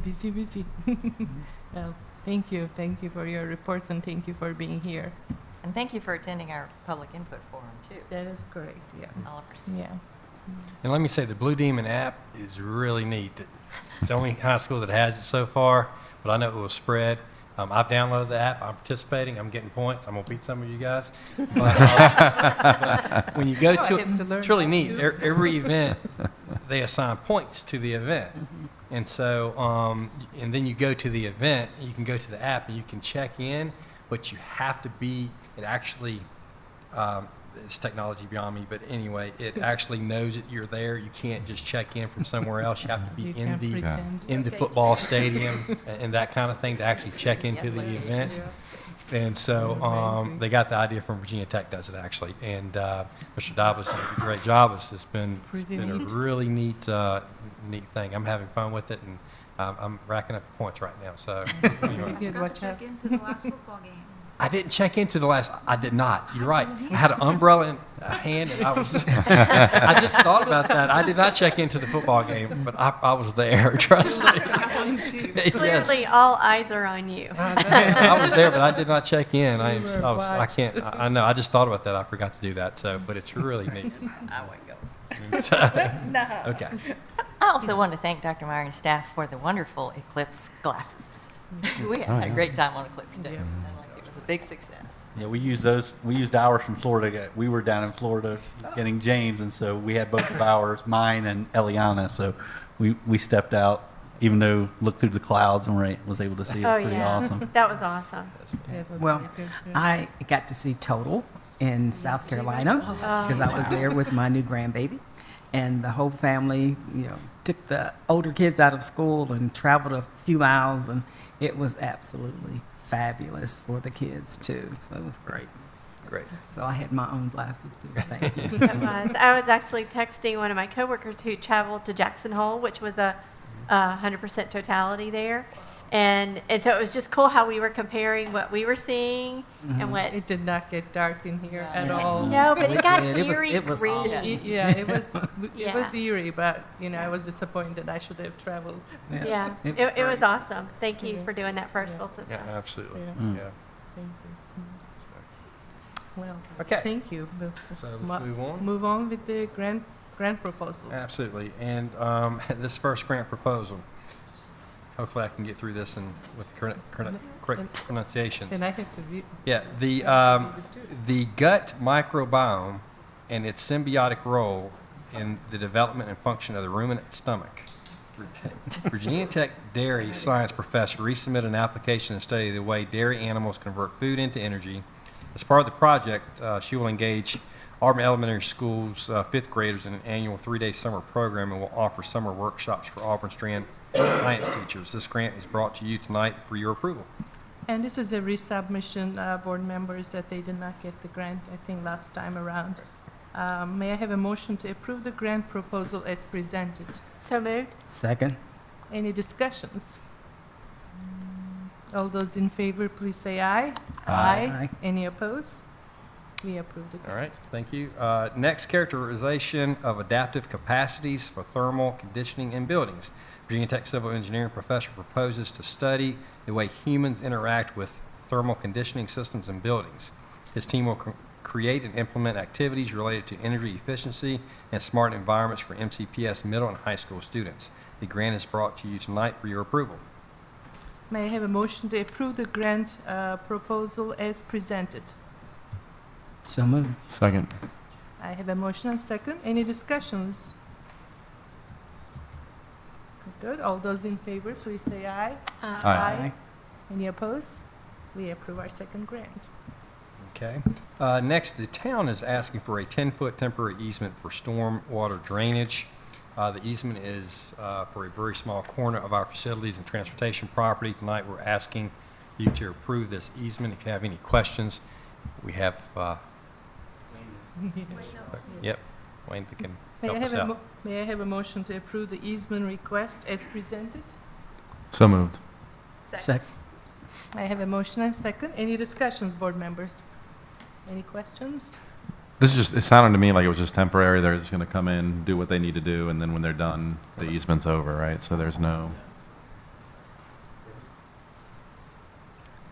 Coming up to the mic. Yeah.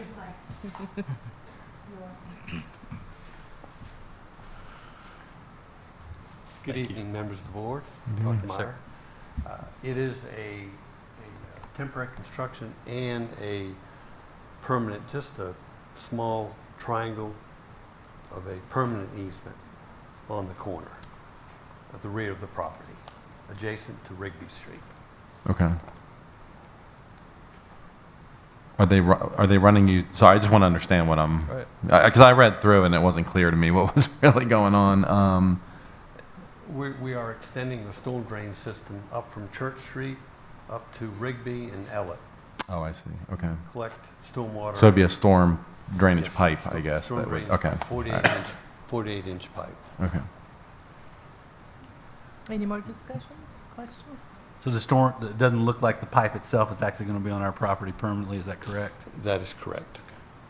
It's actually right on the corner. That's right, the red line, I'm assuming? Yes. Okay. Yes, sir. You're correct. Thank you. Any more questions? We're good? Thank you. Thanks for being here. Thank you. All those in favor, please say aye. Aye. Any opposed? We approve the easement request.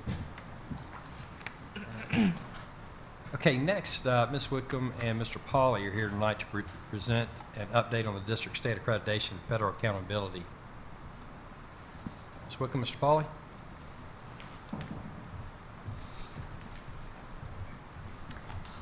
Good evening once again. Mr. Pauley and I are sharing information regarding school accountability. We anticipate that 18 Montgomery County schools will be fully accredited, and one school is to be determined.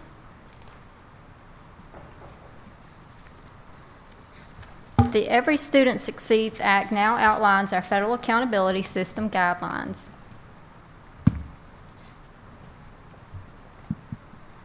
As you can see here, the Every Student Succeeds Act was signed into law in December 2015. The two accountability systems become one. Federal accountability is folded into the state system, but the state must follow a set of federal guidelines. Virginia is submitting its plan in mid-September. As you can see with the federal requirements, history assessments are not required under federal accountability. While the Every Student Succeeds Act was signed into law in 2015, due to changes at the U.S. Education Department, this year is the second transition year for the Virginia Department of Education. So what this means for us, because there have been two transition years instead of one, Price's Fork may remain a focus school. Although Price's Fork is fully accredited and decreased the gap to 0 points due to Virginia's application to USED, all schools that were first identified as focus schools last year are slated to remain as focus schools this year. We have written a letter to Dr. Staples to express our concern regarding this matter.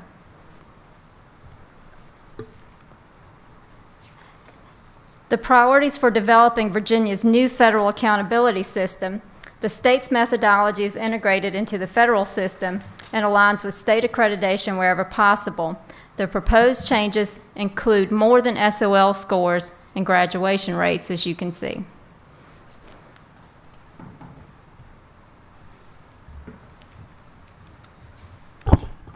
Hello again. It's my job to explain to you the next couple of graphs in this presentation. There are actually 24 data points all piled into one graph, so it may look a little bit confusing, so I hope I can clear this up for you. There are actually 8 different student groups represented here for a 3-year period. So within each group of 3 that you see is a blue one that represents 2014-15, the orange that represents 2015-16, and then the gray that represents 2016-17 for how our students performed in reading. So the first thing I'd like to draw your attention to is the positive, and that is within each pair of those bars, you'll notice that Montgomery County Schools consistently outperforms the state average, with the exception of the students with disabilities, which is the third grouping to the right. Even so, we're kind of on the heels of the state average there. We're not far behind, but I do want to point out that we are behind. But in the other 3 areas, all students, black students, and economically disadvantaged students, Montgomery County Schools has consistently for the last 3 years outperformed the state average. The other thing that I would like to point out to you is this. That's not good enough for us in this school division. We are committed to the fact that we want to correct something that should jump out at you on this page when you look at this, or on this screen when you're looking at it. And that is, when you look just at the performance of Montgomery County Schools students, you'll see that the black students, for example, do not perform as well on the reading assessments as all students in Montgomery County Schools. So I'd like you to draw your attention to looking at Montgomery County only columns. So if you compare how all Montgomery County school students do in reading performance, and compare that to how the black student subgroup performs in reading, and compare that to how the students with disabilities perform and how the disadvantaged students perform relative to all students, that is where our achievement gap is. And I want to let you know that I have never known a superintendent to be more passionate about fixing this problem. This gap has existed for a number of years. Dr. Meyer has made it crystal clear to all of us at the central office, and then likewise, Ms. Wickham and I have made it crystal clear to the principals that this is something that we will address. And something that was mentioned earlier when Dr. Meyer was presenting the data from the diversity forum that we attended, or the dialogue on race, is that we have challenged our principals to take front and center on this issue and to meet with each student's teachers for the English, to meet with the English reading, to meet with the English teachers. You'll see math, to meet with the math teachers, and to develop specific plans for each individual student to ensure the success of these students. We want them to pour every available resource into these students, and we want the principals to personally monitor each student's progress and intervene appropriately when they see that there is not the adequate success being made. Similarly, do I just touch that? I have to learn the technology. The next graph is very much to be read the same way, so I won't repeat myself. Again, the positives are Montgomery County School students consistently outperform the state students. Again, not quite as much and not as consistently in students with disabilities, but again, I would encourage you to examine how Montgomery County School students do compared to Montgomery County school students. That's a tongue twister. And so again, we have an achievement gap. We have our black students, our students with disabilities, and our economically disadvantaged students, while outperforming the state, they're not doing or performing as well in mathematics as all of our other students in Montgomery County. Now I forgot which button. Thank you. The last one is the Virginia on-time graduation rate. This is something to be very proud of. You'll see Montgomery County Schools jumped up to 95%. And again, we had lagged behind the state just a little bit. Oh no, I'm sorry, I got that wrong. That we were just a little bit ahead of the state the previous 2 years, but we've jumped a good bit ahead. If you look at the students with disabilities column, they are doing well as well. And in the black students and economically disadvantaged student subgroups, again, outperforming the state, but still compared to all students, that's where we have to focus our attention and we have work to do. And so we just want to know that we vow to you that that is something that we are taking very seriously and that we will be addressing very specifically. Oh, I do have another page. Sorry, I'm new at this. Okay, so on this page, we're just looking at all of our students across the division and how they performed by subject area. You'll notice, again, we point out to you that the division, Montgomery County Schools, has performed at a higher rate than the state overall in all areas, except for history is a tie. And if you look at the far right column, that's the one that's the most exciting, that of all the school divisions within Virginia that are similar enrollment to Montgomery County Schools, that's the number of those schools that have done better than us or scored higher than Montgomery County Schools. And you can see in reading and writing, there are no schools that have outperformed us. In math, 1, and in science, 1, and in history, only 3. So something to be very proud of. So very similar for elementary. Again, if you look at the division compared to the state, you'll see that our scores are consistently at or above the state average. And again, when you look over to the last column, divisions with similar enrollment, you'll see that we're consistently performing, for the most part, better than all of those divisions. And looking specifically at middle school students' performance, it's essentially the same story. We are consistently outperforming the state, except you'll see that we did not outperform the state in Math 6, but we did in Math 7, and we did not in Math 8. Those numbers are a little wonky because of some changes that we've made in math. If you're not aware of what those changes are, we've actually moved our highest achieving 6th graders in taking math. They are now taking the 7th grade test. So that leaves the 7th grade's numbers going down a little bit and the 6th grade tests going, I think I said that backwards. But there is a 7-point drop in 6th grade and a corresponding 7-point raise in 7th grade. Also, these numbers are a little bit different for us because we have so many students in middle school that take algebra and geometry, and those are not reflected in those numbers. So that's another reason why we would be slightly lower than the state average. But again, looking to the far right column, much to be proud of. There are very few, and in some cases no, school divisions of similar size that outperform us. Oh, and then high school. You'd think I would remember that one. Once again, same story. We continually outperform the state in all areas. And again, the far column to the far right, very few school divisions of equal size do better than us, and in many cases, there are no schools of equal size that do better than us. So something for all of us to be very proud of. So in addition to anticipating 18 of our schools being fully accredited, Dr. Meyer mentioned earlier, we have 8 schools that received various awards, and those schools will be recognized at an upcoming board meeting in addition to the division being recognized as well.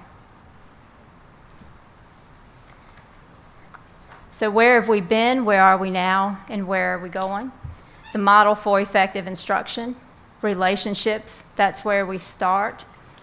Nobody cares how much you know until they know how much you care. And the number one factor there is listening. In addition to that, we're excited about adding the 5 C's this year as they enhance and they fit each section of our model. One of the big assessment changes this year, grades 6 through 8 reading will also be computer adaptive. So now grades 3 through 8 math and reading will all be computer adaptive tests this year. Could you explain what that actually is? So computer adaptive testing is a personalized testing experience. So while all the test questions are on a student's grade level, so for example, if I'm taking 3rd grade math, the 3rd grade math questions will all be on the 3rd grade math level. But if let's say I get the question right, then the next question, if it starts off as a medium level question, then the next question will be a little bit harder. And if I continue to get questions right, then I'll operate at the hardest level. If I start to miss questions, then the questions will get easier. So I could potentially get only the easy questions, but I wouldn't be able to pass my SOL test if I could only answer the easy questions correctly. So it's not as standardized as you would think by becoming computer adaptive. That's been the thing I've hated since they implemented it 2 or 3 years ago. It makes no sense to me whatsoever. So upcoming events, what used to be called the school report cards, now the school quality profiles. They'll be released on September 13th, as well as a news release on which schools will remain as priority and focus schools.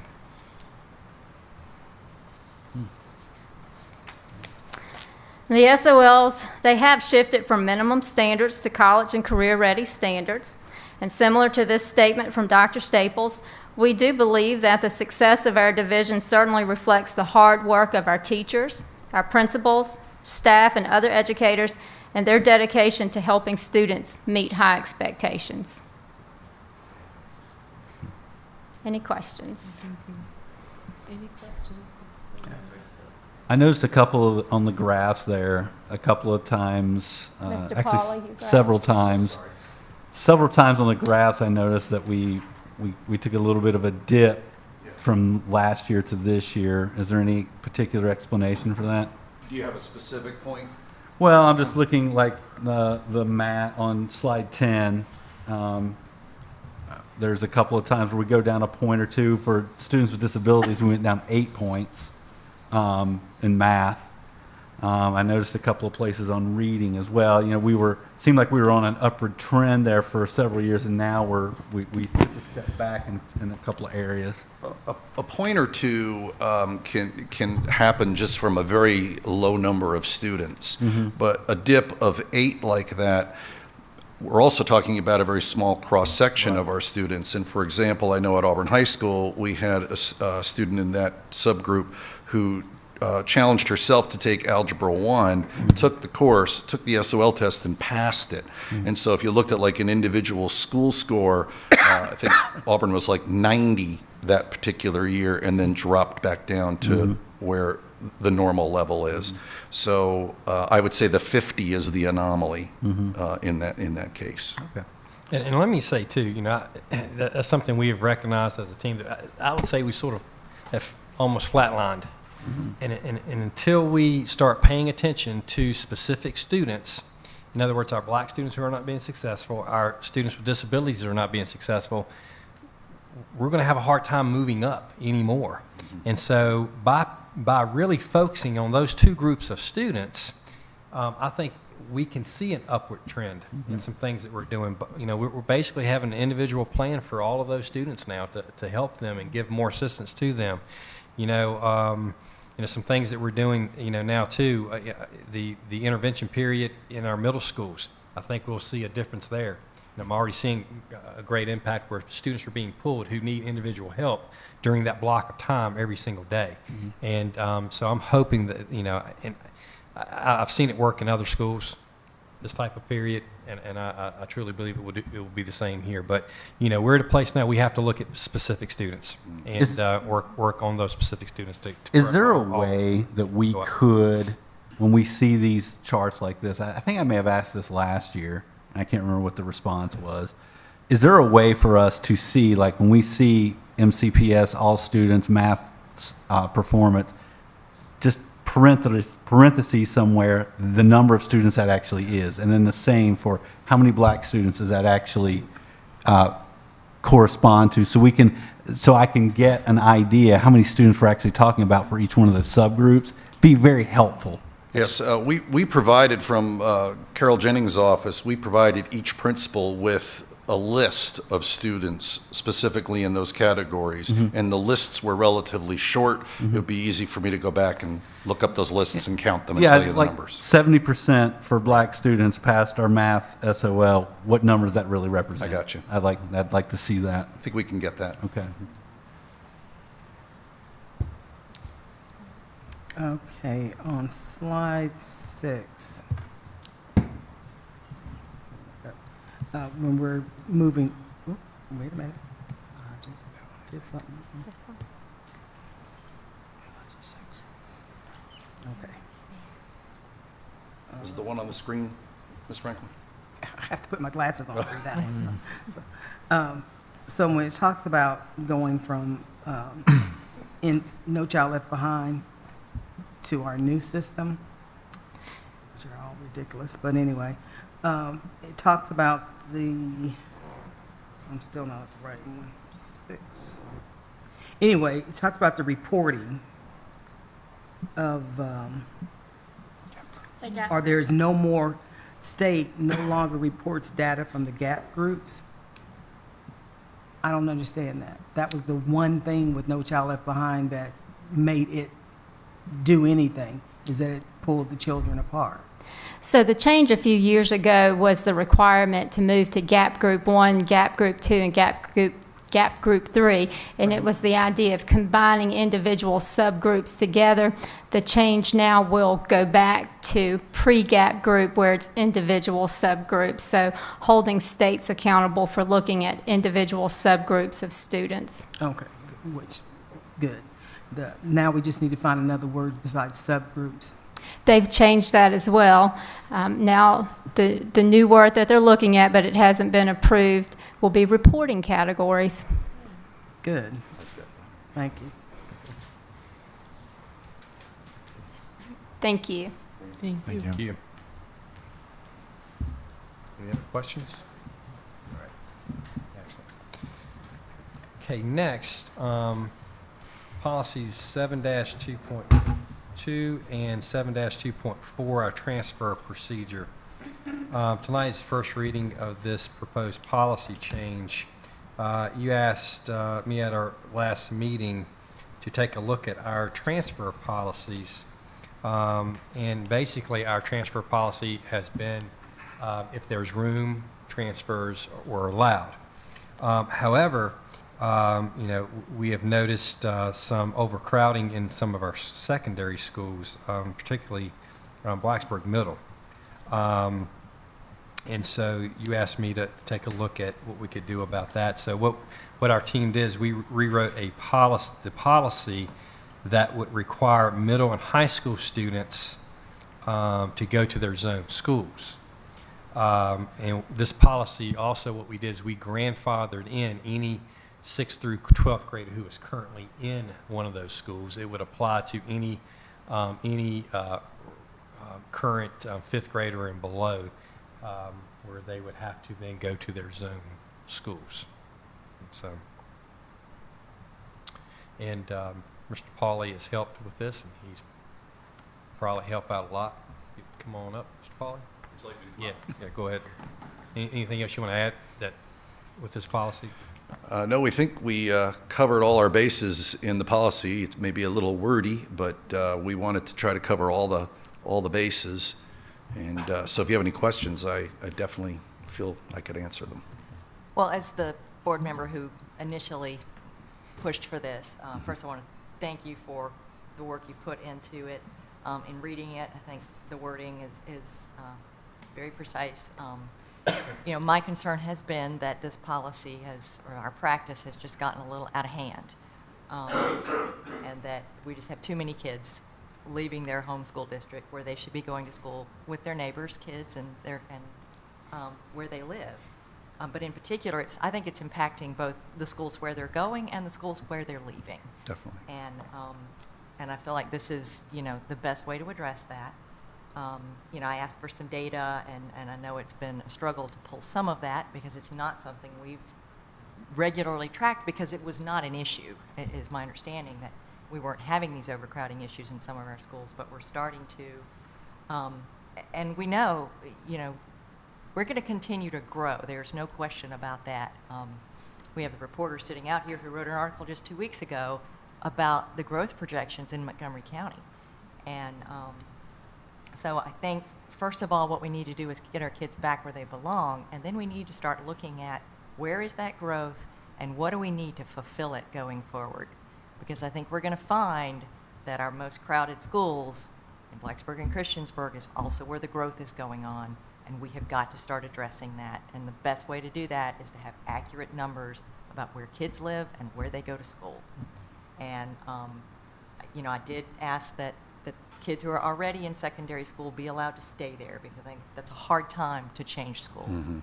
But we all know, particularly in those two zones, when you leave elementary school, you go to a middle school with a lot of other kids that weren't in your elementary school. So it's an easier time to make that transition. It also gives folks who are in that position time to decide what they want to do about that. They really want their child to stay there through 5th grade and then have to change schools if they want to try to move, or if they want to pull them out, in second grade and start going to school with their peers that they live near. I think it'll also it's become quite a cumbersome effort for our staff to track these, to do these applications, and then for those people who are applying, a week before school to find out that they didn't get the transfer. They've made daycare arrangements, thinking and hoping they would get that. And so I think it's just been a headache and a heartache all around for everyone involved, and it's just grown beyond what we can handle or what we should be doing in our schools. And so that's why I've, pushed for this policy change. And I appreciate the work that staff has done to pull this together as well. Thank you. And I think it not only affects our overcrowding in the schools, like Ms. Froggatt said, and then poorly reflects on the numbers that are actually should be, for instance, in Christiansburg. But it also affects our athletes because, as the track coach mentioned, that extra population threw us into a new category, which, in my opinion, is a little unfair to those athletes who have been working so hard to be successful in the category that they're in, and to get bumped up, sometimes out of their control. It is a factor that we need to look at on this. On top of that, it's the increase in teacher to student ratio, and that is extremely high, especially in the Blacksburg strand. So, I think this is the right thing to do, and I think, like Ms. Froggatt said, if it's out there and families have a chance to prepare for this, then I think it makes the most sense to make the change. Any other questions? Okay, so in policy 7-2.4, where the word positive behavior has been taken out, okay. I think as it was redundant with what followed. Right, okay.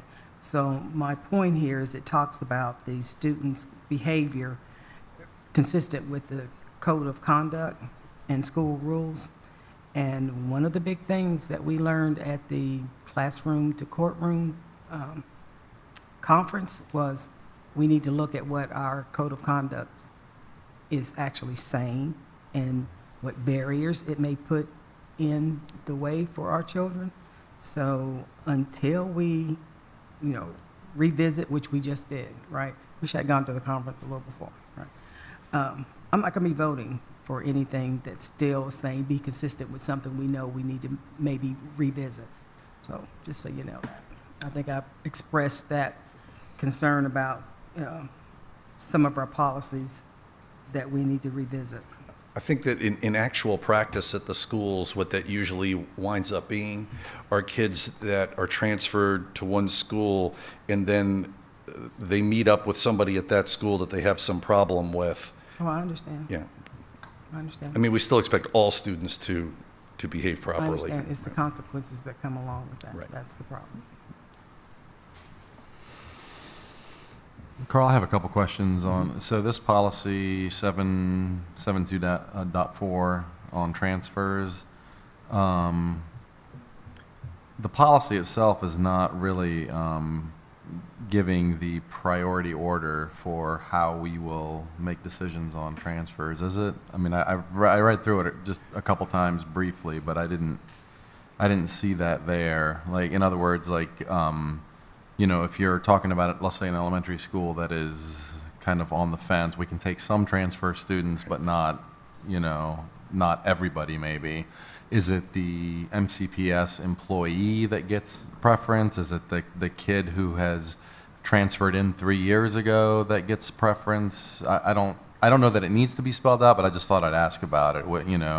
I mean, I guess those decisions could be made by staff on an ongoing basis, but was that the intent, or? Yeah, that was the intent. I would say traditionally the board has always wanted to give priority to children of employees, but even that has a stipulation in there that it's dependent upon the room. If there's not enough staffing to accommodate the additional students, then it's a no. And that's what we always followed at the schools. The central office would get the applications for the transfer. They would call the principal, and many times it was grade level dependent. It wasn't just a no or a yes across the board. It was maybe a yes for 9th grade and a no for 10th grade, and it was very much dependent on class size and PTR. Yeah. Going I think that forward, is this spelled would out. only apply within the strands in Blacksburg and Christiansburg, because that's the only place it would be happening.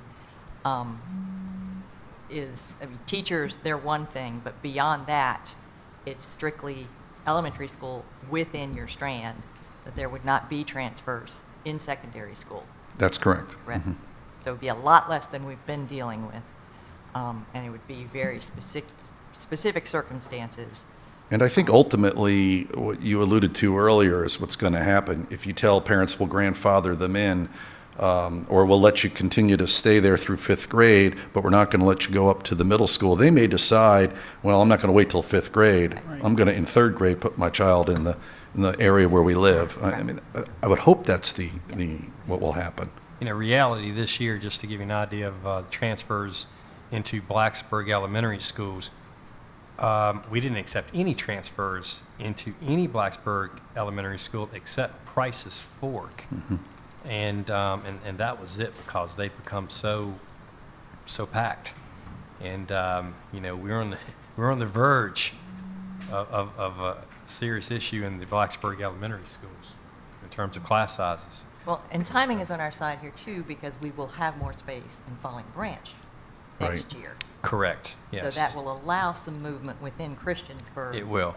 If people, they can go from CPS, for example, to Right. Falling Branch, And that's opposed to just to a Blacksburg. absolutely, and that's why I would not recommend changing our elementary policies, because we can't afford to do that in the Christiansburg Strand, because we don't have enough space in the zone schools in the Christiansburg Strand. Maybe it's something in a few years when we were able to finish building onto Falling Branch and build a new elementary school that we can revisit, at that point. Because at that time in Christiansburg, we're going to have to look at the zones anyway, and the attendance zone. So maybe it's something that's revisited when that actually occurs. And this has program implications, particularly at the high school as well. I mean, you may have kids going to, say, Blacksburg High School because that's where AP biology is being taught, and it's not being taught somewhere else. And there may be a teacher that teaches 5 periods of AP biology. If we put everybody back where they belong, according to their residence, then that teacher may have to do 3 at Blacksburg and 2 at another school. So we wouldn't be denying kids access to the programs. It's just where the programs take place would likely shift. Well, And this should open and more open up doors, for the other Sure. students. I mean, you should actually be able to make, classes can actually make possibly, Correct. like at Christiansburg High School, where they might not before, because you have more kids requesting them now. And then it becomes the catch-22. It makes over here and not over here, so now everybody just goes over here, and then that program grows and this program dies. And it'll never make at this one. But the idea there is to put the kids' desires first, for them to be able to get the classes they need at their home school, not have to take them virtually, not have to take a bus across town to another school. And if you did pass this policy, we would start early next semester looking at the current 5th graders' place of residency at this point. What's happened is some students were accepted maybe in kindergarten, and we never had them reapply. They just stayed there. So we have really, that's why it's been difficult looking at the numbers.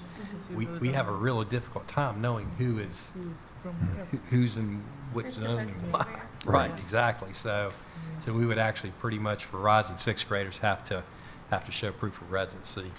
We'd have to do a reset. We'd have to put everybody through Versatran and then reset. Well, and only because this conversation came up about the elementary schools at Blacksburg being so full, and not to get back on this horse again, but years ago, when we built Price's Fork, that was because, the whole Blacksburg district was supposed to be redistricted to fill that school and take some of that alleviation out of those overcrowding, and that never happened because, we looked at district-wide redistricting, and that went south. but it wasn't intended to be that way. It was intended for Blacksburg to get redistricted, so that new school would be full. So that's why, you know, and I've heard a lot of conversation about, oh, well, when Christiansburg gets this school, that's what we're going to do.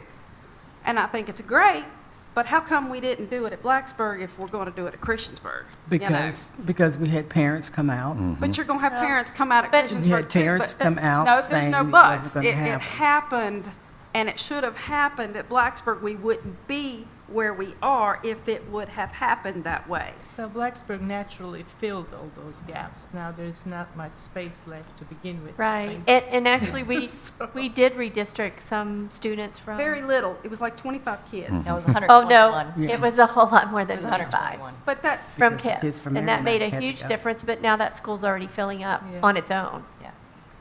Because of growth. Right, which is why it was built to the size it was, because that's where the growth was at the time. Right. And thankfully, we built Price's Fork to the size it was, because with all the growth happening out there, we now have room to do that for a change. I mean, I can see that as being a visionary.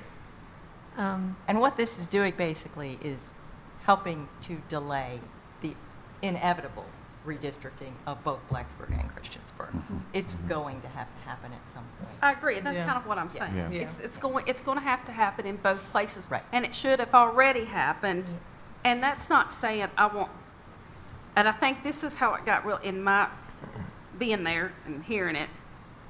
From what I understand, it was almost like the redistricting got out of control. Yes. This kid was going to go over here instead of just saying, okay, we're going to do it this way. You know, it didn't happen that way, and it got way, way out of control. Now, what happened is we were going to look at the redistricting in Blacksburg, and the board said, well, let's just look at what's going on across the whole county. And when we got the information across the whole county, instead of saying, okay, that's what the county looks like, but Blacksburg is what we're focused on, crazy things start going out about what was going to happen across the county. Exactly. Right? And, you know I sat here saying, why are we even talking about too, this? It's not supposed to happen. We weren't talking about it. But there were other, anyway. I want to go home. I remember. Well, you know, a mess. moving forward, I'd one of venture our to say that, It was a you know, mess. when we do redistrict in Christiansburg, when we build the new school, most likely it's going to be a look at both Christiansburg and maybe the entire county. You know, will have to be looked at once more. And so, And this is the first reading, so it will come back to you on September 19 for the approval. okay. Great. Thank you, Mr. Pauly. Thank you. All right, next, Attendance Awareness Month. September is Attendance Awareness Month. MCPS is participating in several activities to encourage attendance. We know that our students cannot learn if they are not in class. Tonight, we're asking you to approve a resolution declaring September as Attendance Awareness Month for MCPS. May I have a motion to approve the Attendance Awareness Month resolution as it's presented? So move. Second. I have a motion and second. Any questions, board members? Yes. Okay, let me see if I can get this right. 1, 2, 3, 4.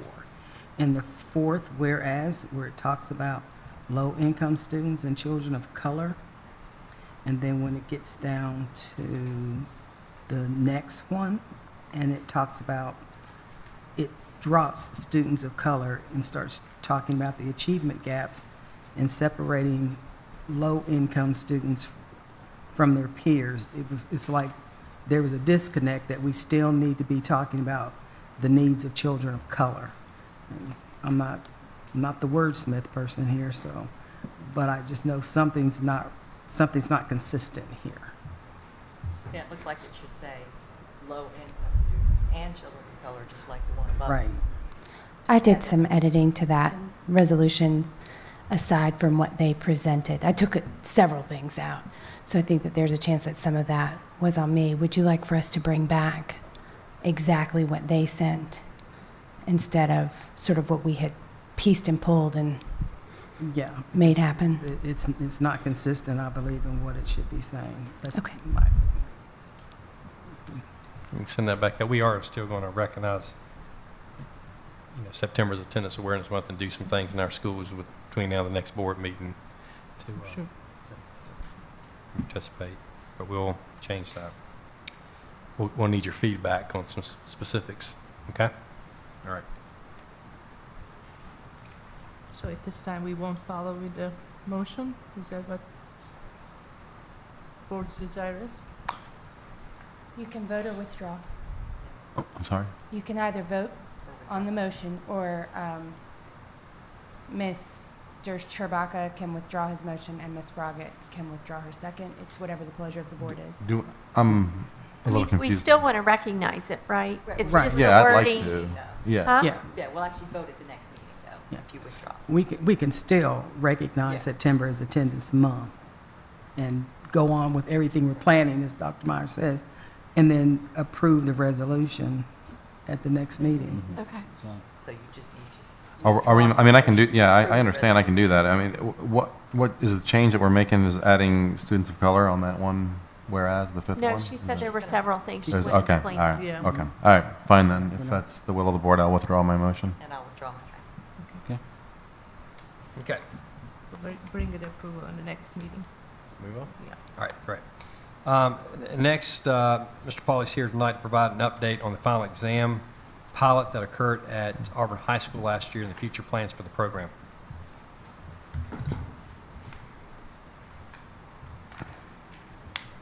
I don't have this one pulled up, winning today, so if you'll give me just a second.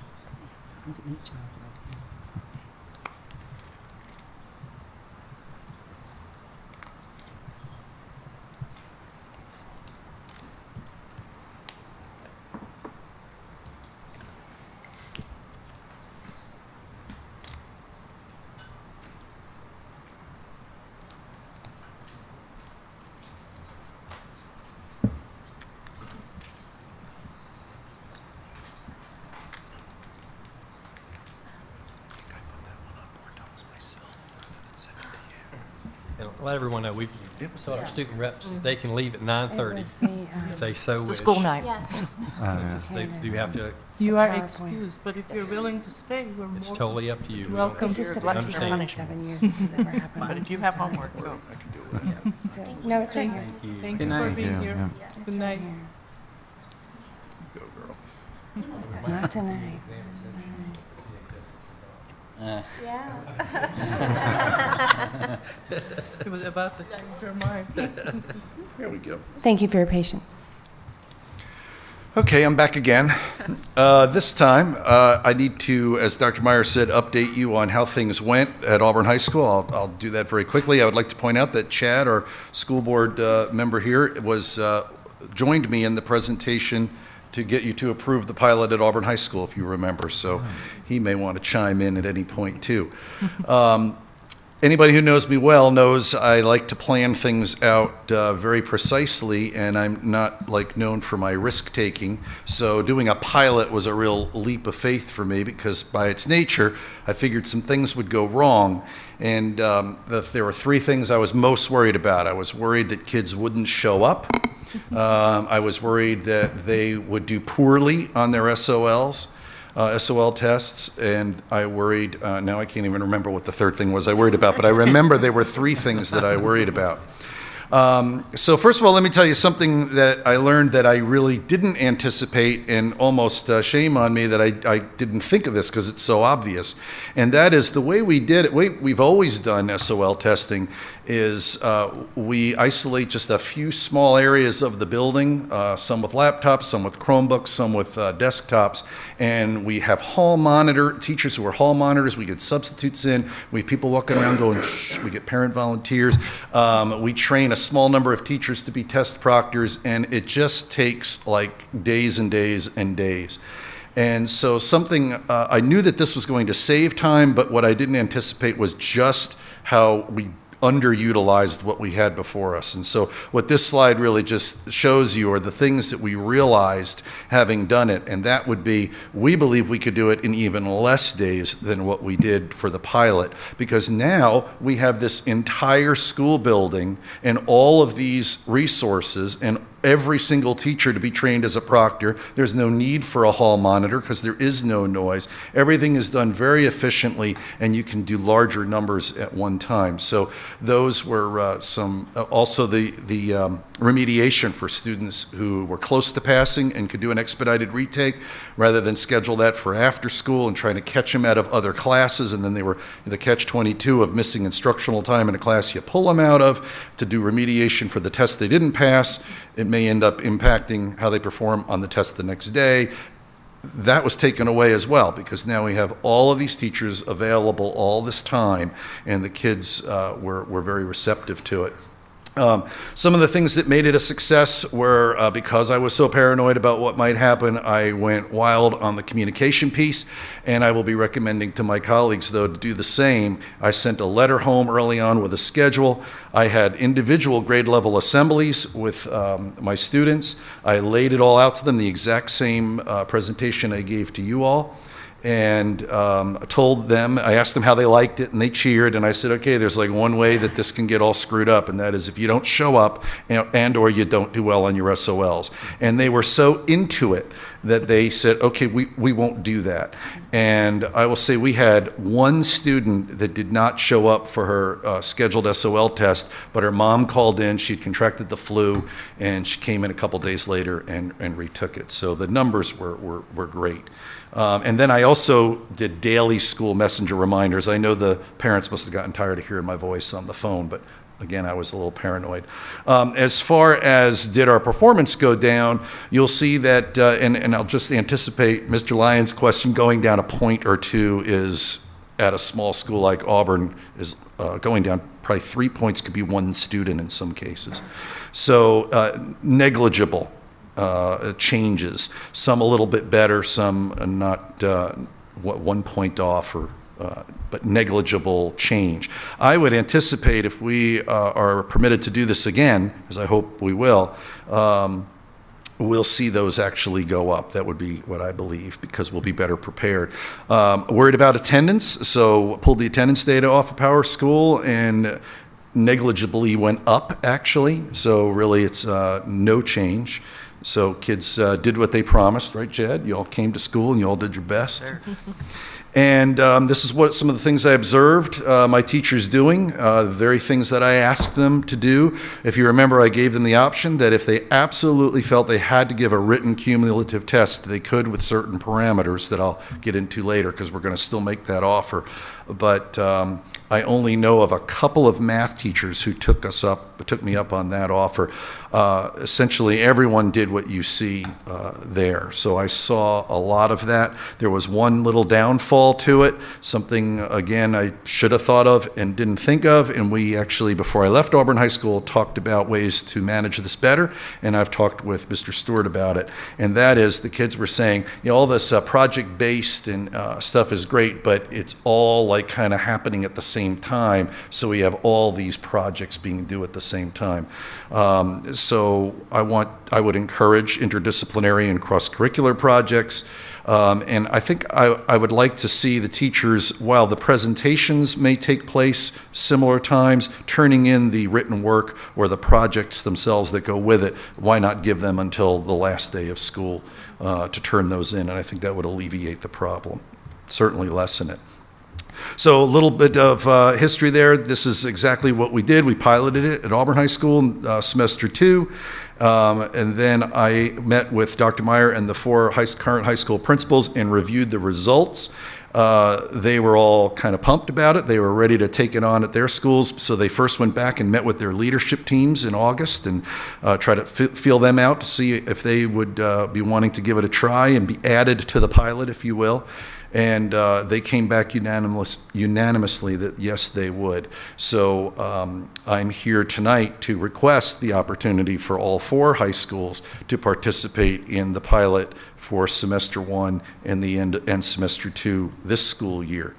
Here's what we would plan to do as a follow-up. We would like to survey staff and students and parents to, right now all I have is like my own observations and some anecdotal stuff, right? So we'd like to formally survey all the stakeholders and get back to you what they think. And then I would come back before you and let you know how that went. And if all things go well, we would need to determine if the policy then needs to be changed. And I've actually already drafted that policy in anticipation of hoping that happens. I drafted that a long time ago, actually. And so then I would propose those necessary policy changes to you and hope to have a division-wide implementation the following school year and from then on. So here's the meat of what you would be approving. If you would approve this to go on to all 4 high schools for this school year, we would have to temporarily suspend the exam exemption policies. We would like to just formally come out and say that. Each school would write a letter to the parents and say, we are temporarily suspending exam exemption policies because there would be no exams. We would designate a last instructional day. One of the things we decided too was we could test in less days because reading is not really an end of course test. It's called an end of course test, but it's taken in the 11th grade, and really the preparation for that is kindergarten through 11th grade. So, and there are school divisions who take it in 10th grade. So we felt like that we could do like at the very beginning of the window, not during this last bit. So really all you're left with is testing math, science, and social studies. And that's where we would need the 3 days because we would do half days of testing in the mornings and then opportunity as quickly as we get scores back these days, we can keep kids in and do remediation and prepare them for expedited retakes and or prepare them for the next test. And we had a large number of students that took us up on that. We didn't like announce or anything that they could do it, but a lot of kids came to school voluntarily just to get prepared to take their SOL test for the first time. So we would be asking for a total of 5 days at the end of the fall term, and I'll show you the dates on that. And that would be for only 3 schools because Blacksburg's a year long, so theirs is going to be at the end, and we'll get to that in a sec. So this is what it would look like. We're saying, again, reading SOL test would be given at the first week of the window, which is, if not much earlier, if it's not just earlier in December, it might even be into November, so that can be just kind of taken out of the way. We would designate the 13th as the last day of formal instruction, and then we would begin the EOCs by subject, social studies, math, and science, not necessarily in that order. And it looks like it's more days, but there's a weekend in there. I think the 14th is a Thursday, so it's the 14th, 15th, and then the 18th, 19th, 20th, and those would be the 5 days. And then you can build in expedited retakes in the afternoons of each of those days, but I talked to Carol Jennings, and she said that our expedited retake window actually goes into January. And there have been many years where my staff and I at Auburn have decided we're better off looking at the scores. I mean, if a kid's a 397, you might want to get it in before Christmas, but if they're right at that 375, 380 range, might need a little bit more intensive remediation, and we sometimes decide to wait till January anyway. And then this is what it would look like in the spring, figuring that the last day of school remains the 25th. You'll notice that Blacksburg High School and Christiansburg High School actually have 9 days built in at the end. We originally said 8, but we thought we better wait until it almost depends on when the last day of school is, what day of the week it is, what makes the most sense. We believe we can do it in 8, but we'd like to ask for approval for 9 just in case. Is that because of their size? And that's because of their size. Not their schedule, it's their size. Correct. Well, for Blacksburg, it's both. For Blacksburg, their schedule, they have 8 year-long classes, so they have just lots more, and that's all their SOL testing, whereas the other schools with hybrid and block, they're going to do approximately half their students and then half their students. So that's why we thought they should get double the days. I'll make a bold prediction and say that they're probably going to figure out they can do it in much less than that, just like I figured out. We do give teachers, in my experience, giving teachers these 4 options were good. One option is that this is my favorite option, this is the preferred one.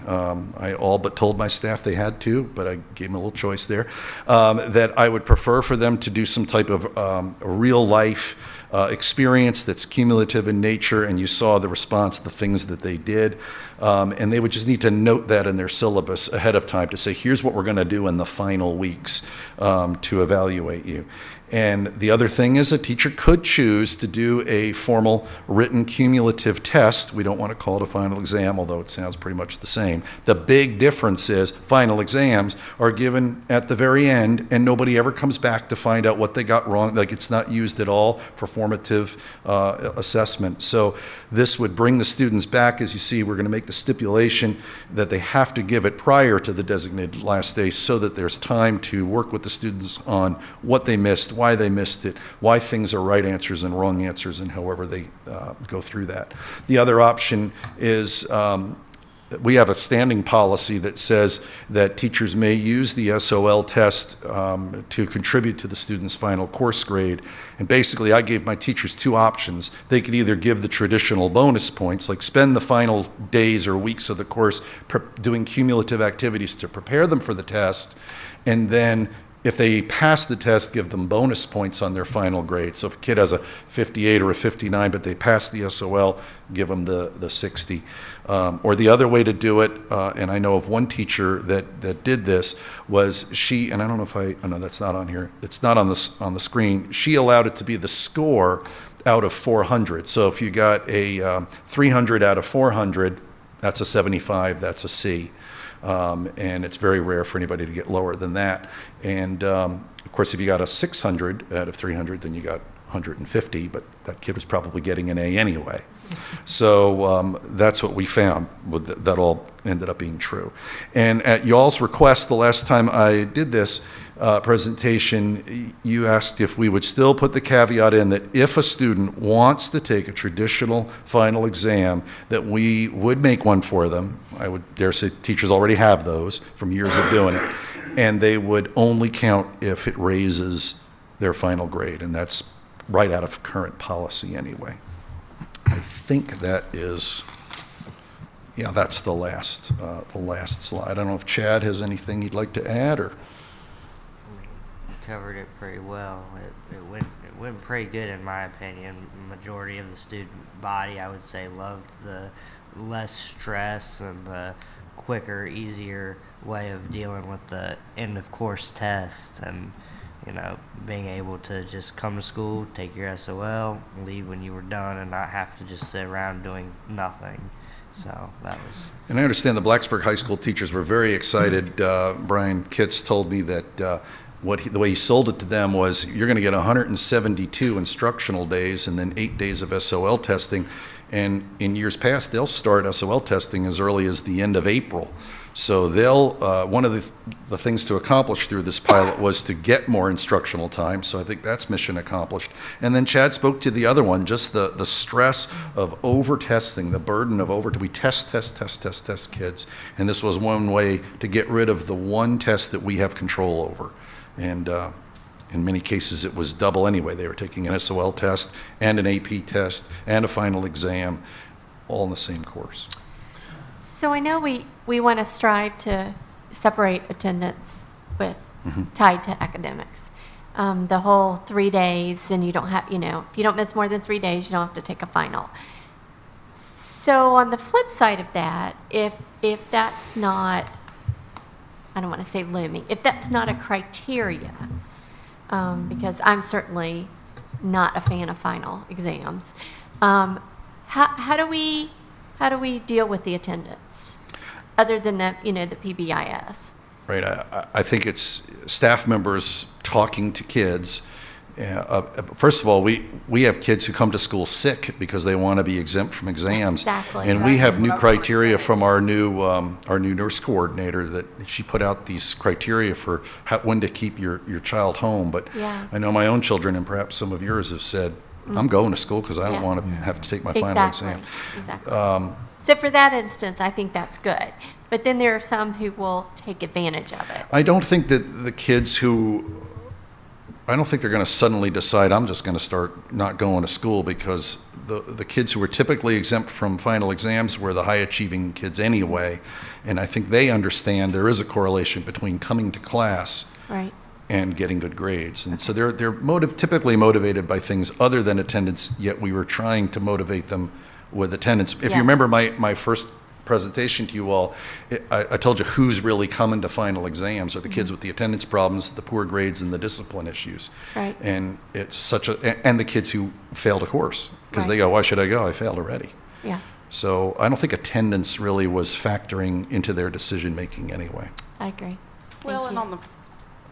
on the flip side to that, this is the first year that my daughter will be able to go like to Williamsburg, and she's ecstatic because she doesn't have to worry about missing those days. Yeah. And, you know, I'm a believer, and I've said this 100 times over, there's more to learning than just tests and even education. There's other ways of learning, and I know just seeing everything that happens at VSBA is a true learning experience for students. I mean, just being able to see how people make and the schools work and what they do. So, you know, and she would be very concerned with her attendance, but just having that extra day, you know, to be able to go and do something like that, this is the first time. So When I visited Christiansburg High School, a student pulled me aside and said, yeah, I don't like this pilot, because now my teacher's going to give me a final written cumulative test, which you and I both know is a final exam, and I still have to take the SOL test. And I said, well, you know the teacher has a choice on that. And she did not know that. And I did that purposely not to throw the teacher under the bus, but it should be something that is collaborative between the teacher and the students. Is there perhaps a better way to assess cumulative learning in real-life situations, I would say yes, than a written final exam? absolutely. Especially if you already have an SOL test. Why So- give another test? So on that note, I was going to ask Chad, did you get a sense, was there kind of a feeling on, some of these different final assessments, like projects and things like that? Yeah, that people like, get more excited about, something like that? One example that sticks out to me for my engineering and drawing course. We spent the last few weeks of school building trebuchets, and then the last day of instructional period, we took them outside and we threw water balloons with them, and it was a blast. Like, the whole class loved to do that. And I know, like, in more of your core classes, your English, your science, your math, and your history, students liked to do like cumulative posters or presentations over sitting down and taking an hour-long multiple-choice test. Like, I know I enjoyed not doing that. So, Oh, good. Well, let's face it, in real life, you don't usually just take tests. Yeah. You do projects and give More presentations and write Correct. papers and things like that. It's rare that your job is based on a cumulative So I don't know test. what the process is, but I am requesting that you allow this pilot to be extended to all 4 high schools for the 2017-18 school year. Technically, we're not changing a policy. So at this time, we're just giving Giving you our our blessing. Giving me your blessing. So do we need to make a motion? No. No, because it's not a policy It's not. change. 'Cause We can just give thumbs up. I don't even thumbs know up. if we need a policy change When we do it. when we do it. Anyway, possibly, we'll look. I know somebody It's really, who wants it. and it's I'll show you. He's already got it drafted. Yeah. But anyway, That's the policy. Humor me. but pretty much, we need just a consensus. I think the last time y'all voted, but not really like Right. officially voted, it was. So my question is going to be this. For better or worse, we have one school on a different schedule Correct. that will be taking midterms at the end of the first semester, Correct. 8 of them. Is there any thought to addressing the midterm issue at any time soon for the same reason? A thought in my head, yes, but not something I thought I should just take Well, small bites. Right, yeah. Right. I was saying, And I I'm thought just finals were throwing it the- out there as something Right. that could be on Typically, the back burner, but- for a typical final exam week, school shuts down essentially, and they just Right. come in to take 2 exams, and we can pretend that that everybody's still teaching and learning, but they're not. And so I addressed that the last time we were together. But with midterms, they're actually just taken sort of in the flow of the classes. So even take Eastern Montgomery on a 4x4 block, or Christiansburg and Auburn on the hybrid block. At those two schools will be blocks 2, 3, and 4. They'll take their midterms in their 90-minute block, right, like any other test. So basically what teachers have been doing, at least at Auburn High School, and I assume other places, was they just scheduled it like they schedule any other test, and it just didn't stop the flow.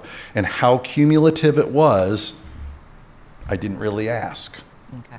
I mean, obviously Brian's not here to ask, but I know at least it used to be that they actually had scheduled midterms.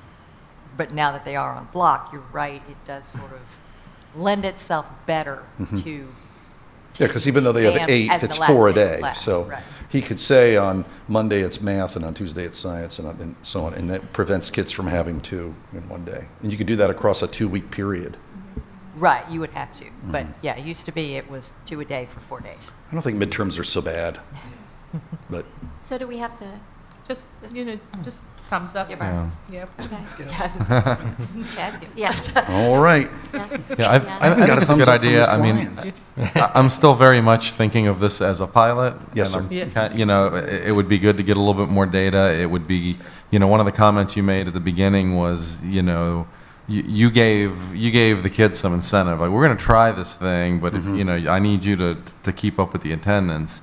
You know, what happens over time when when it just becomes policy and that kind of a thing, right?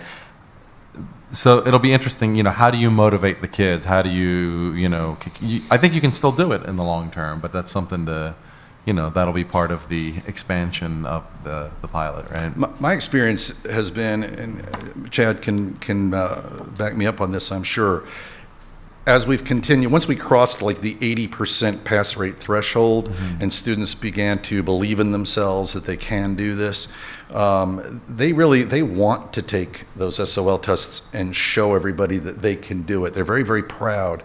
And of course there are a few exceptions, but if the exception becomes the rule, then we got a big problem. You got to keep that. That's the principal's job, keep that up. Yeah. I'll say this is the first school division I've been in that has that attached to taking an exam or not being in attendance. And, you know, I dealt directly as an assistant principal. I was the attendance assistant principal for the school. And the students missing were not the students who were high achievers. In fact, we did not have an attendance policy attached to the exam, but we still had a hard time keeping kids home when they were sick, the high achievers. They don't want to miss class, period. And it is a bit of a misnomer to say really that we hard have to miss. attendance attached to that, because we only have it attached to 9th through 11th graders. 12th graders, there was no attendance part, and we didn't see some great exodus of kids in 12th grade, so I am forever hopeful. But we want to do this so we can gather some data. Sure.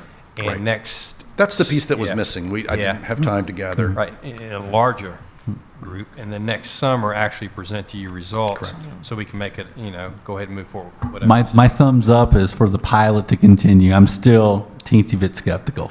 All right. Teensy bit, I'll take that. Thank you all. Thank you. The next item is our unfinished business for members.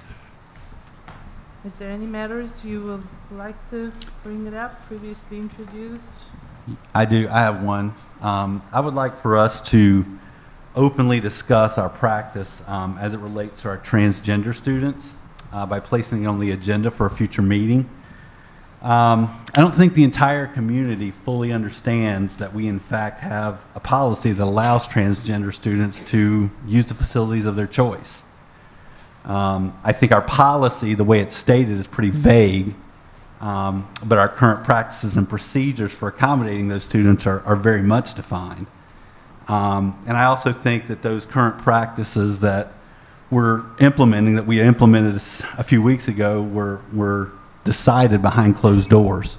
And I would like for all of that discussion to come out so that we can discuss this very openly with everyone. We'll put it on the agenda for next meeting. think we need to, I'd like to ask for a vote for that. I would disagree that those things were done behind closed doors, at least outside of any kind of, the usual things when we're discussing maybe specific personnel or student matters.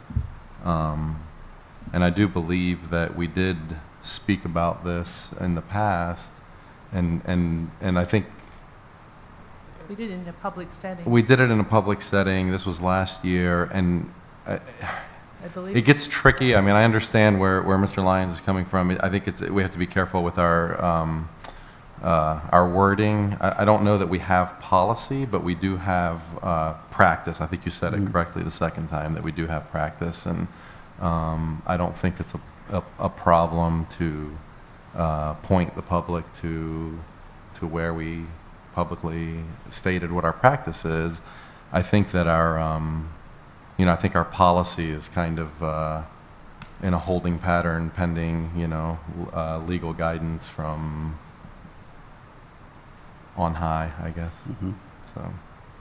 Yeah, last year at our September 6th meeting on the dais, I gave a pretty long statement that included the verbiage that you can go back and look up. It is, available on YouTube, that we were accommodating all requests from transgender students. And I think that was pretty clear. And I don't feel we need to have any further discussion about it. So I would not be in favor of putting I disagree, because I think with what was presented, I wasn't at the meeting, unfortunately, but I think what was presented and what was given to me through board docs and the emails that went back and forth is that we had a step-by-step way we were doing it, and I don't know that that is public knowledge, and that's the problem I have.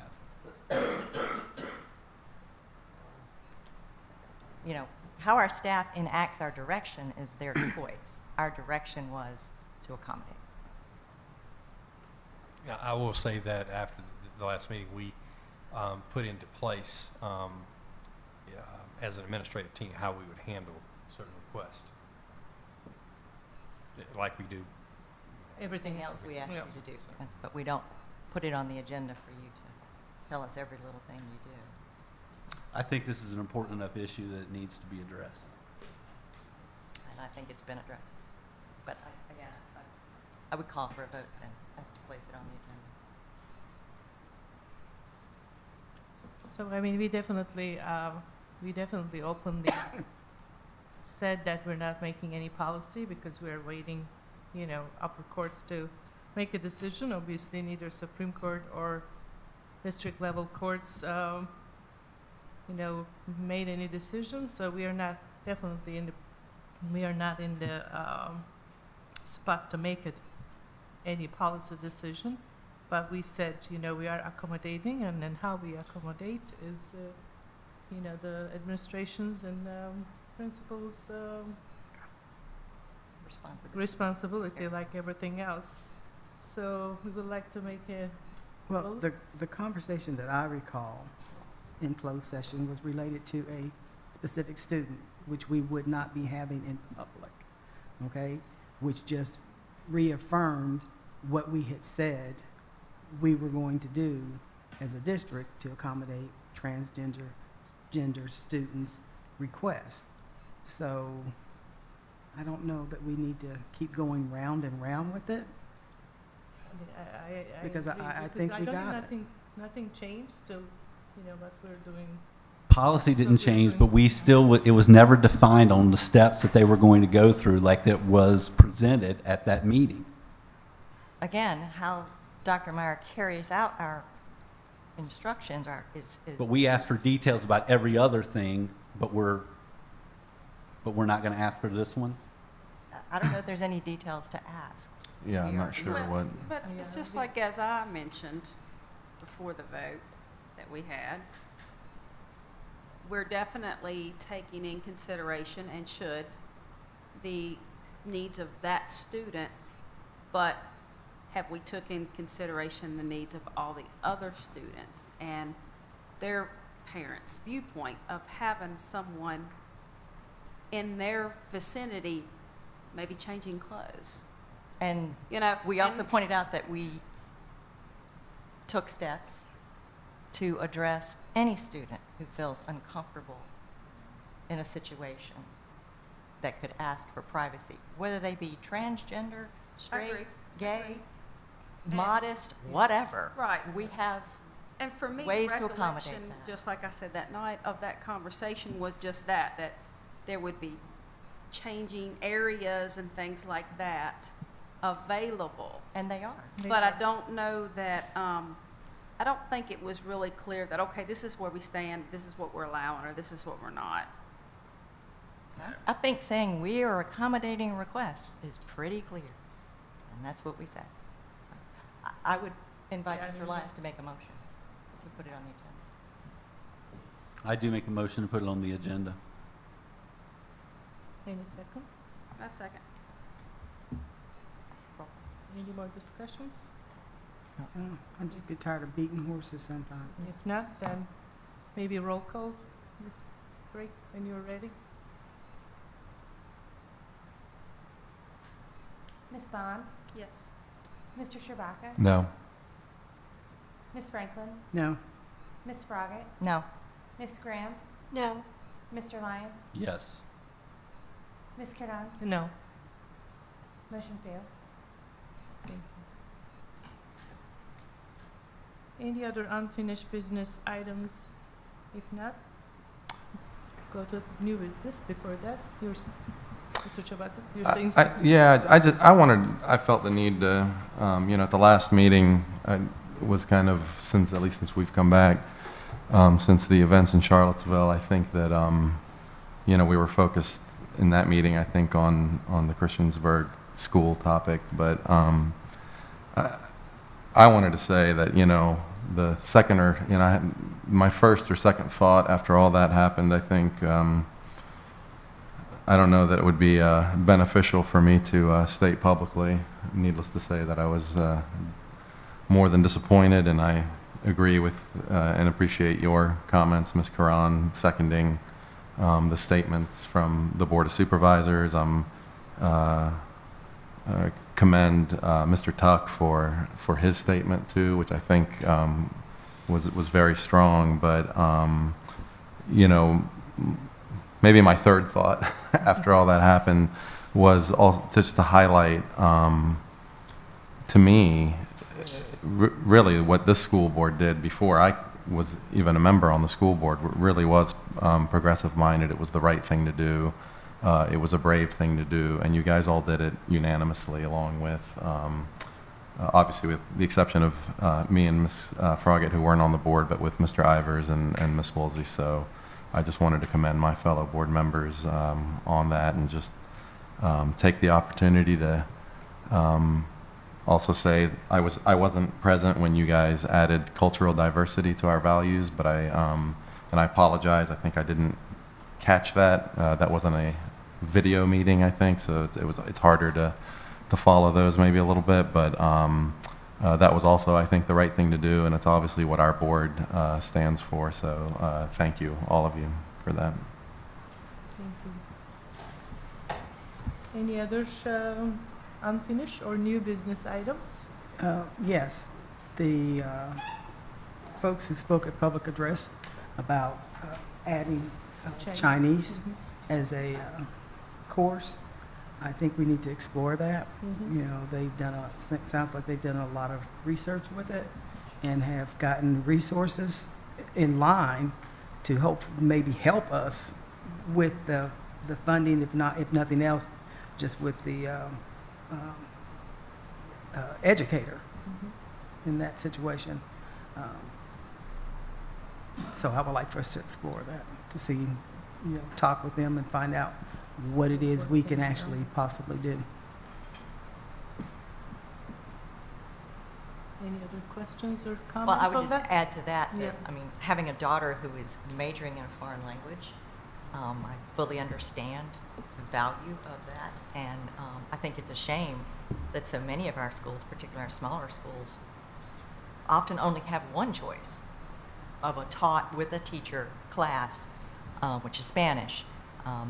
Correct me if I'm wrong, Mr. Polly, but Eastmont and Auburn don't even have French or German or Latin. I don't even think we have Latin offered anywhere. anymore. It's strictly virtual Virginia. But they were cut during budget. They were Yeah, cut it- in our, yeah, in it's our all budget. ties. Another one of those, this is a budget issue, folks. That's why it's not there. We do not have the money to hire the teachers. And I welcome any collaboration with the community, grants that can bring that in, absolutely. Yeah. But we need people to understand that this is a problem in all of our schools, and not just with that language, but with foreign languages in general, particularly in our smaller schools. And electives in general, even if you want to go even more general. But I do think this is an interesting, I mean, it's worth at least some investigation. I agree with Ms. Franklin that, I think sometimes to get the money for something, you have to present the vision. You have to present, this is something we want to do. We have a teacher, we have this, we have it. All that's missing is the money. Maybe it's, maybe then it becomes a little bit easier to get that money, whether it's through a grant or through somebody in the community or through, something like that. Along the lines of my board report statements earlier about our operational budget, we've talked before in the budget. I know Ms. Bonds brought up, well, why doesn't Virginia Tech help us or something like that? And I think this is one of those things where it's, when I hear things like that, I'm like, well, Virginia Tech's not just going to give us money because that's not necessarily their place. But, if there is some kind of a partnership that we can do with them, if there's something like that, I mean, I haven't figured out even remotely what that is in this case. But it's these types of things that I think would at least be maybe worth kicking around a little bit. But I don't want to spin our wheels either, so. Well, and just to, on that comment, just to the historical part is also because a lot of people that are from Virginia Tech sometimes makes demands on the public school system. Mm-hmm. That's where I have my problem. Well, I'm this at Tech, or I'm do this at Tech, or we want this because of Tech. Well, if you're going to make these demands and if you're going to have these expectations, then put some meat behind on the table. We can't do it all. And I'm more than happy, the more the better, but I couldn't vote for something like this until Auburn and Eastmont got something more than what they've got. And, maybe the opportunity is a club. If you've got a teacher, you don't have, that's willing to do it, turn it into a club situation opposed to a class situation and have it, 30 minutes every day after school. I mean, there's lots of opportunities like that don't always have to be affiliated with money. If there is a want and a volunteer that's willing to do so. I mean, I am the obvious proponent of language even in elementary school because that's how I learned my English. So I think we are really, way late on this to start all those languages in, Eighth grade at the eighth grade earliest. and on. But, it all boils down to sustainability, and we can't just take care of it with one-time funds and one school. As a school board, we have to look at it, the sustainability and how we can afford the same opportunities for the other schools too. But that doesn't mean that we can't look into. Obviously, we can look into We will and see what we can explore do. it. We will explore other languages at the other schools as well when the budget season comes up. Implementing a language is complex. The reason it's complex is because you have to offer at least 3 years of the language. And when you're offering 3 years of a language, think about sometimes how many teachers does it take to teach 3 years of a language? In a school as big as Blacksburg, it would take more than probably one teacher in any language to teach 3 years of a language, because basically advanced diplomas is 3 years of one language or 2 years of two languages. And so there's a big puzzle when you start implementing and putting new languages in that we need to consider. But we'll take a look at it and we'll make it as something we look at when budget season comes around. So We expect Mr. Polly to learn Chinese by the next meeting. Can you give me 2 meetings? Any other new or old business you like to discuss, board members? Maybe, I don't know which one this falls under, but briefly, some of the stuff that's come up around our diversity statement, some of the stuff that comes up, I think, with current research and things like that. I find there's a lot of times that we're we're doing we're doing some cutting edge stuff in this district. We talk about it here publicly. There might be anywhere between 10 and 20 people out here, and I don't know how many watch on video.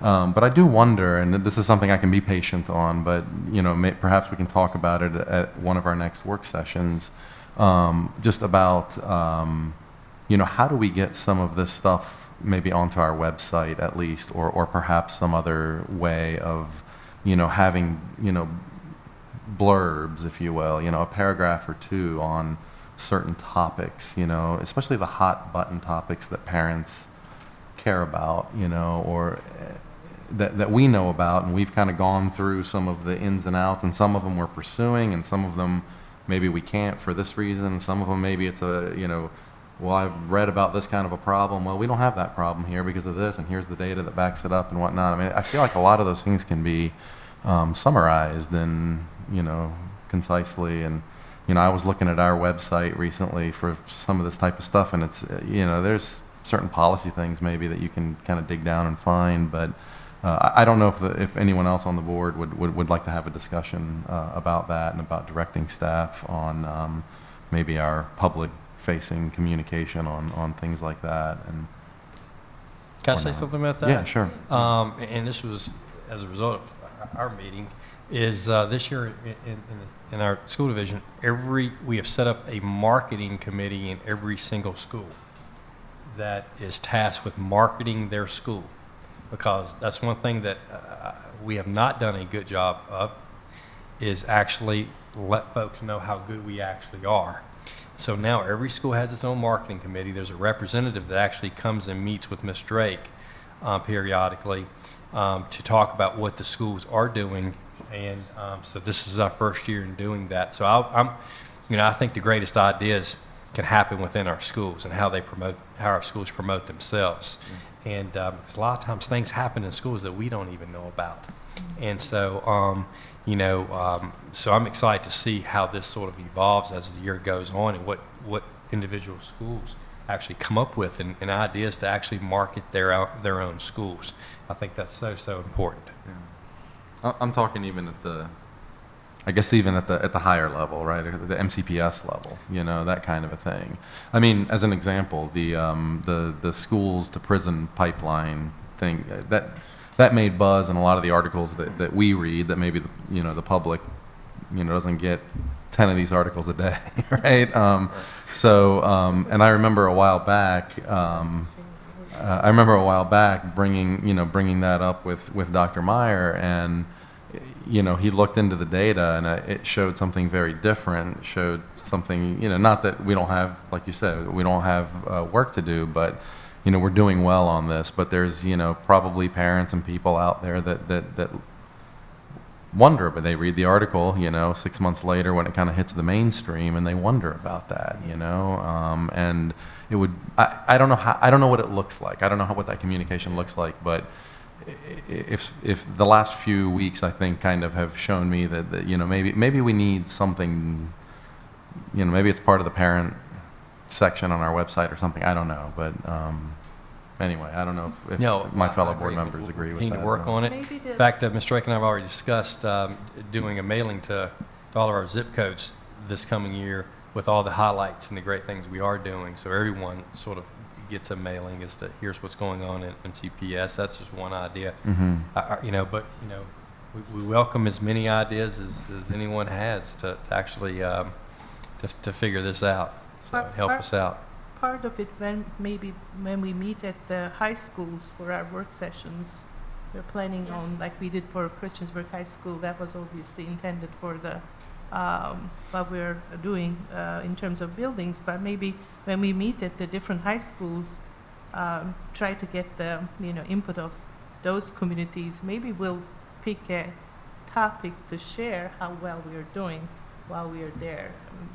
Maybe something we can think about it. Highlight something. Of course, if you watch tonight's board meeting, it's it's absolutely so amazing. yeah. I'm telling you, amazing. Other school divisions are lucky to have one of those recognitions tonight that we had. It's absolutely amazing what our kids are doing. It's incredible. I'm not exaggerating. That's just absolutely amazing. So, And it's just like I said, just like the email we got today.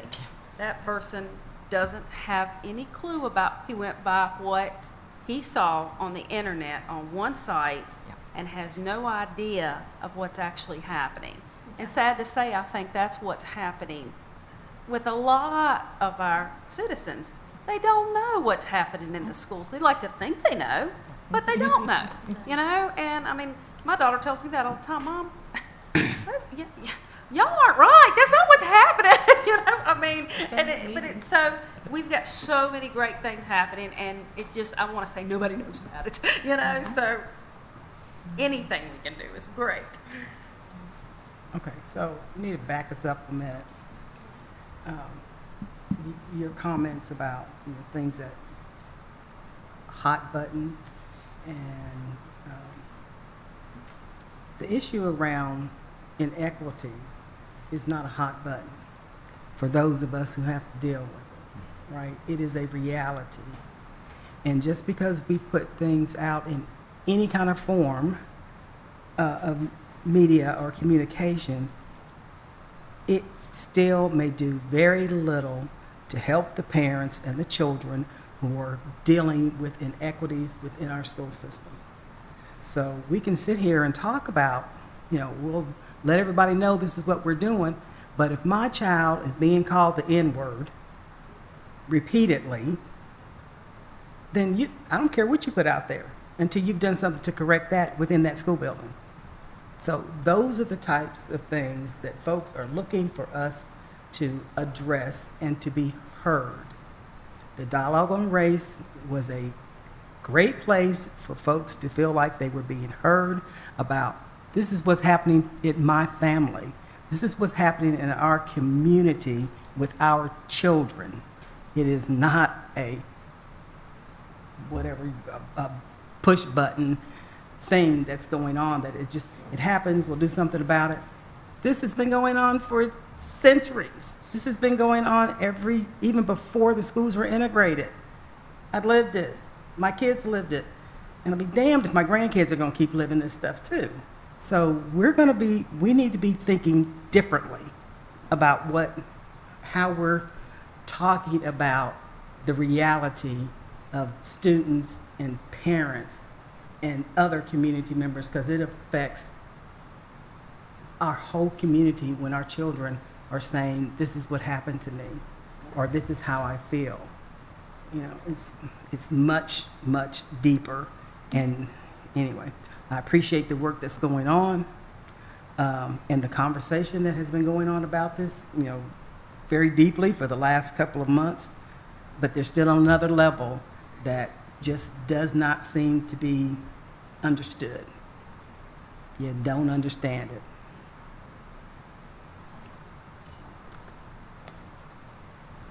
So I guess in response to that, and maybe I spoke inelegantly, or I wasn't trying to group all of those things together. I think what I was trying to say is to me, I think there's a communication, I don't want to say disconnect. I'm not trying to criticize the staff or anything like that. I'm just trying to find ways that we can better communicate and communicate through more channels.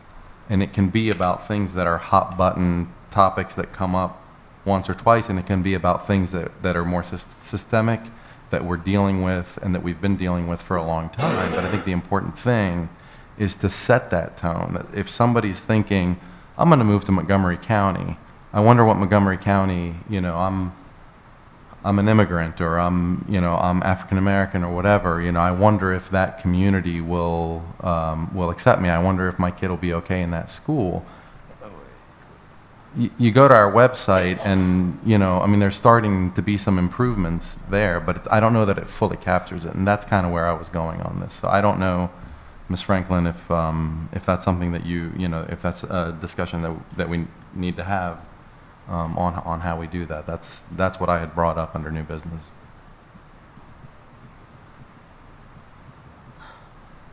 Any other items for members?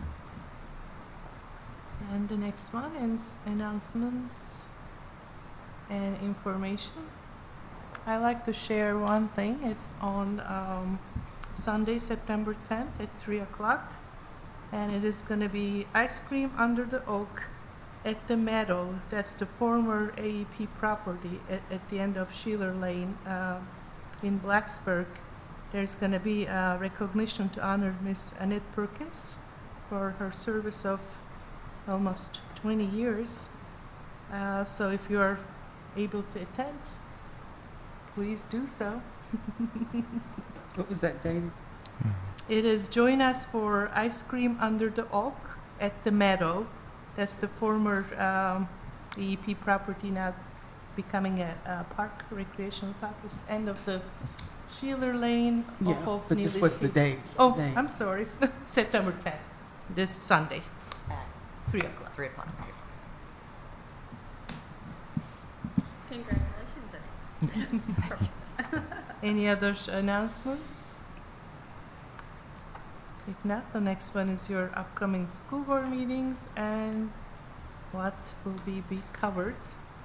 I will not be here for the joint session. And I may not be here the 19th. Okay.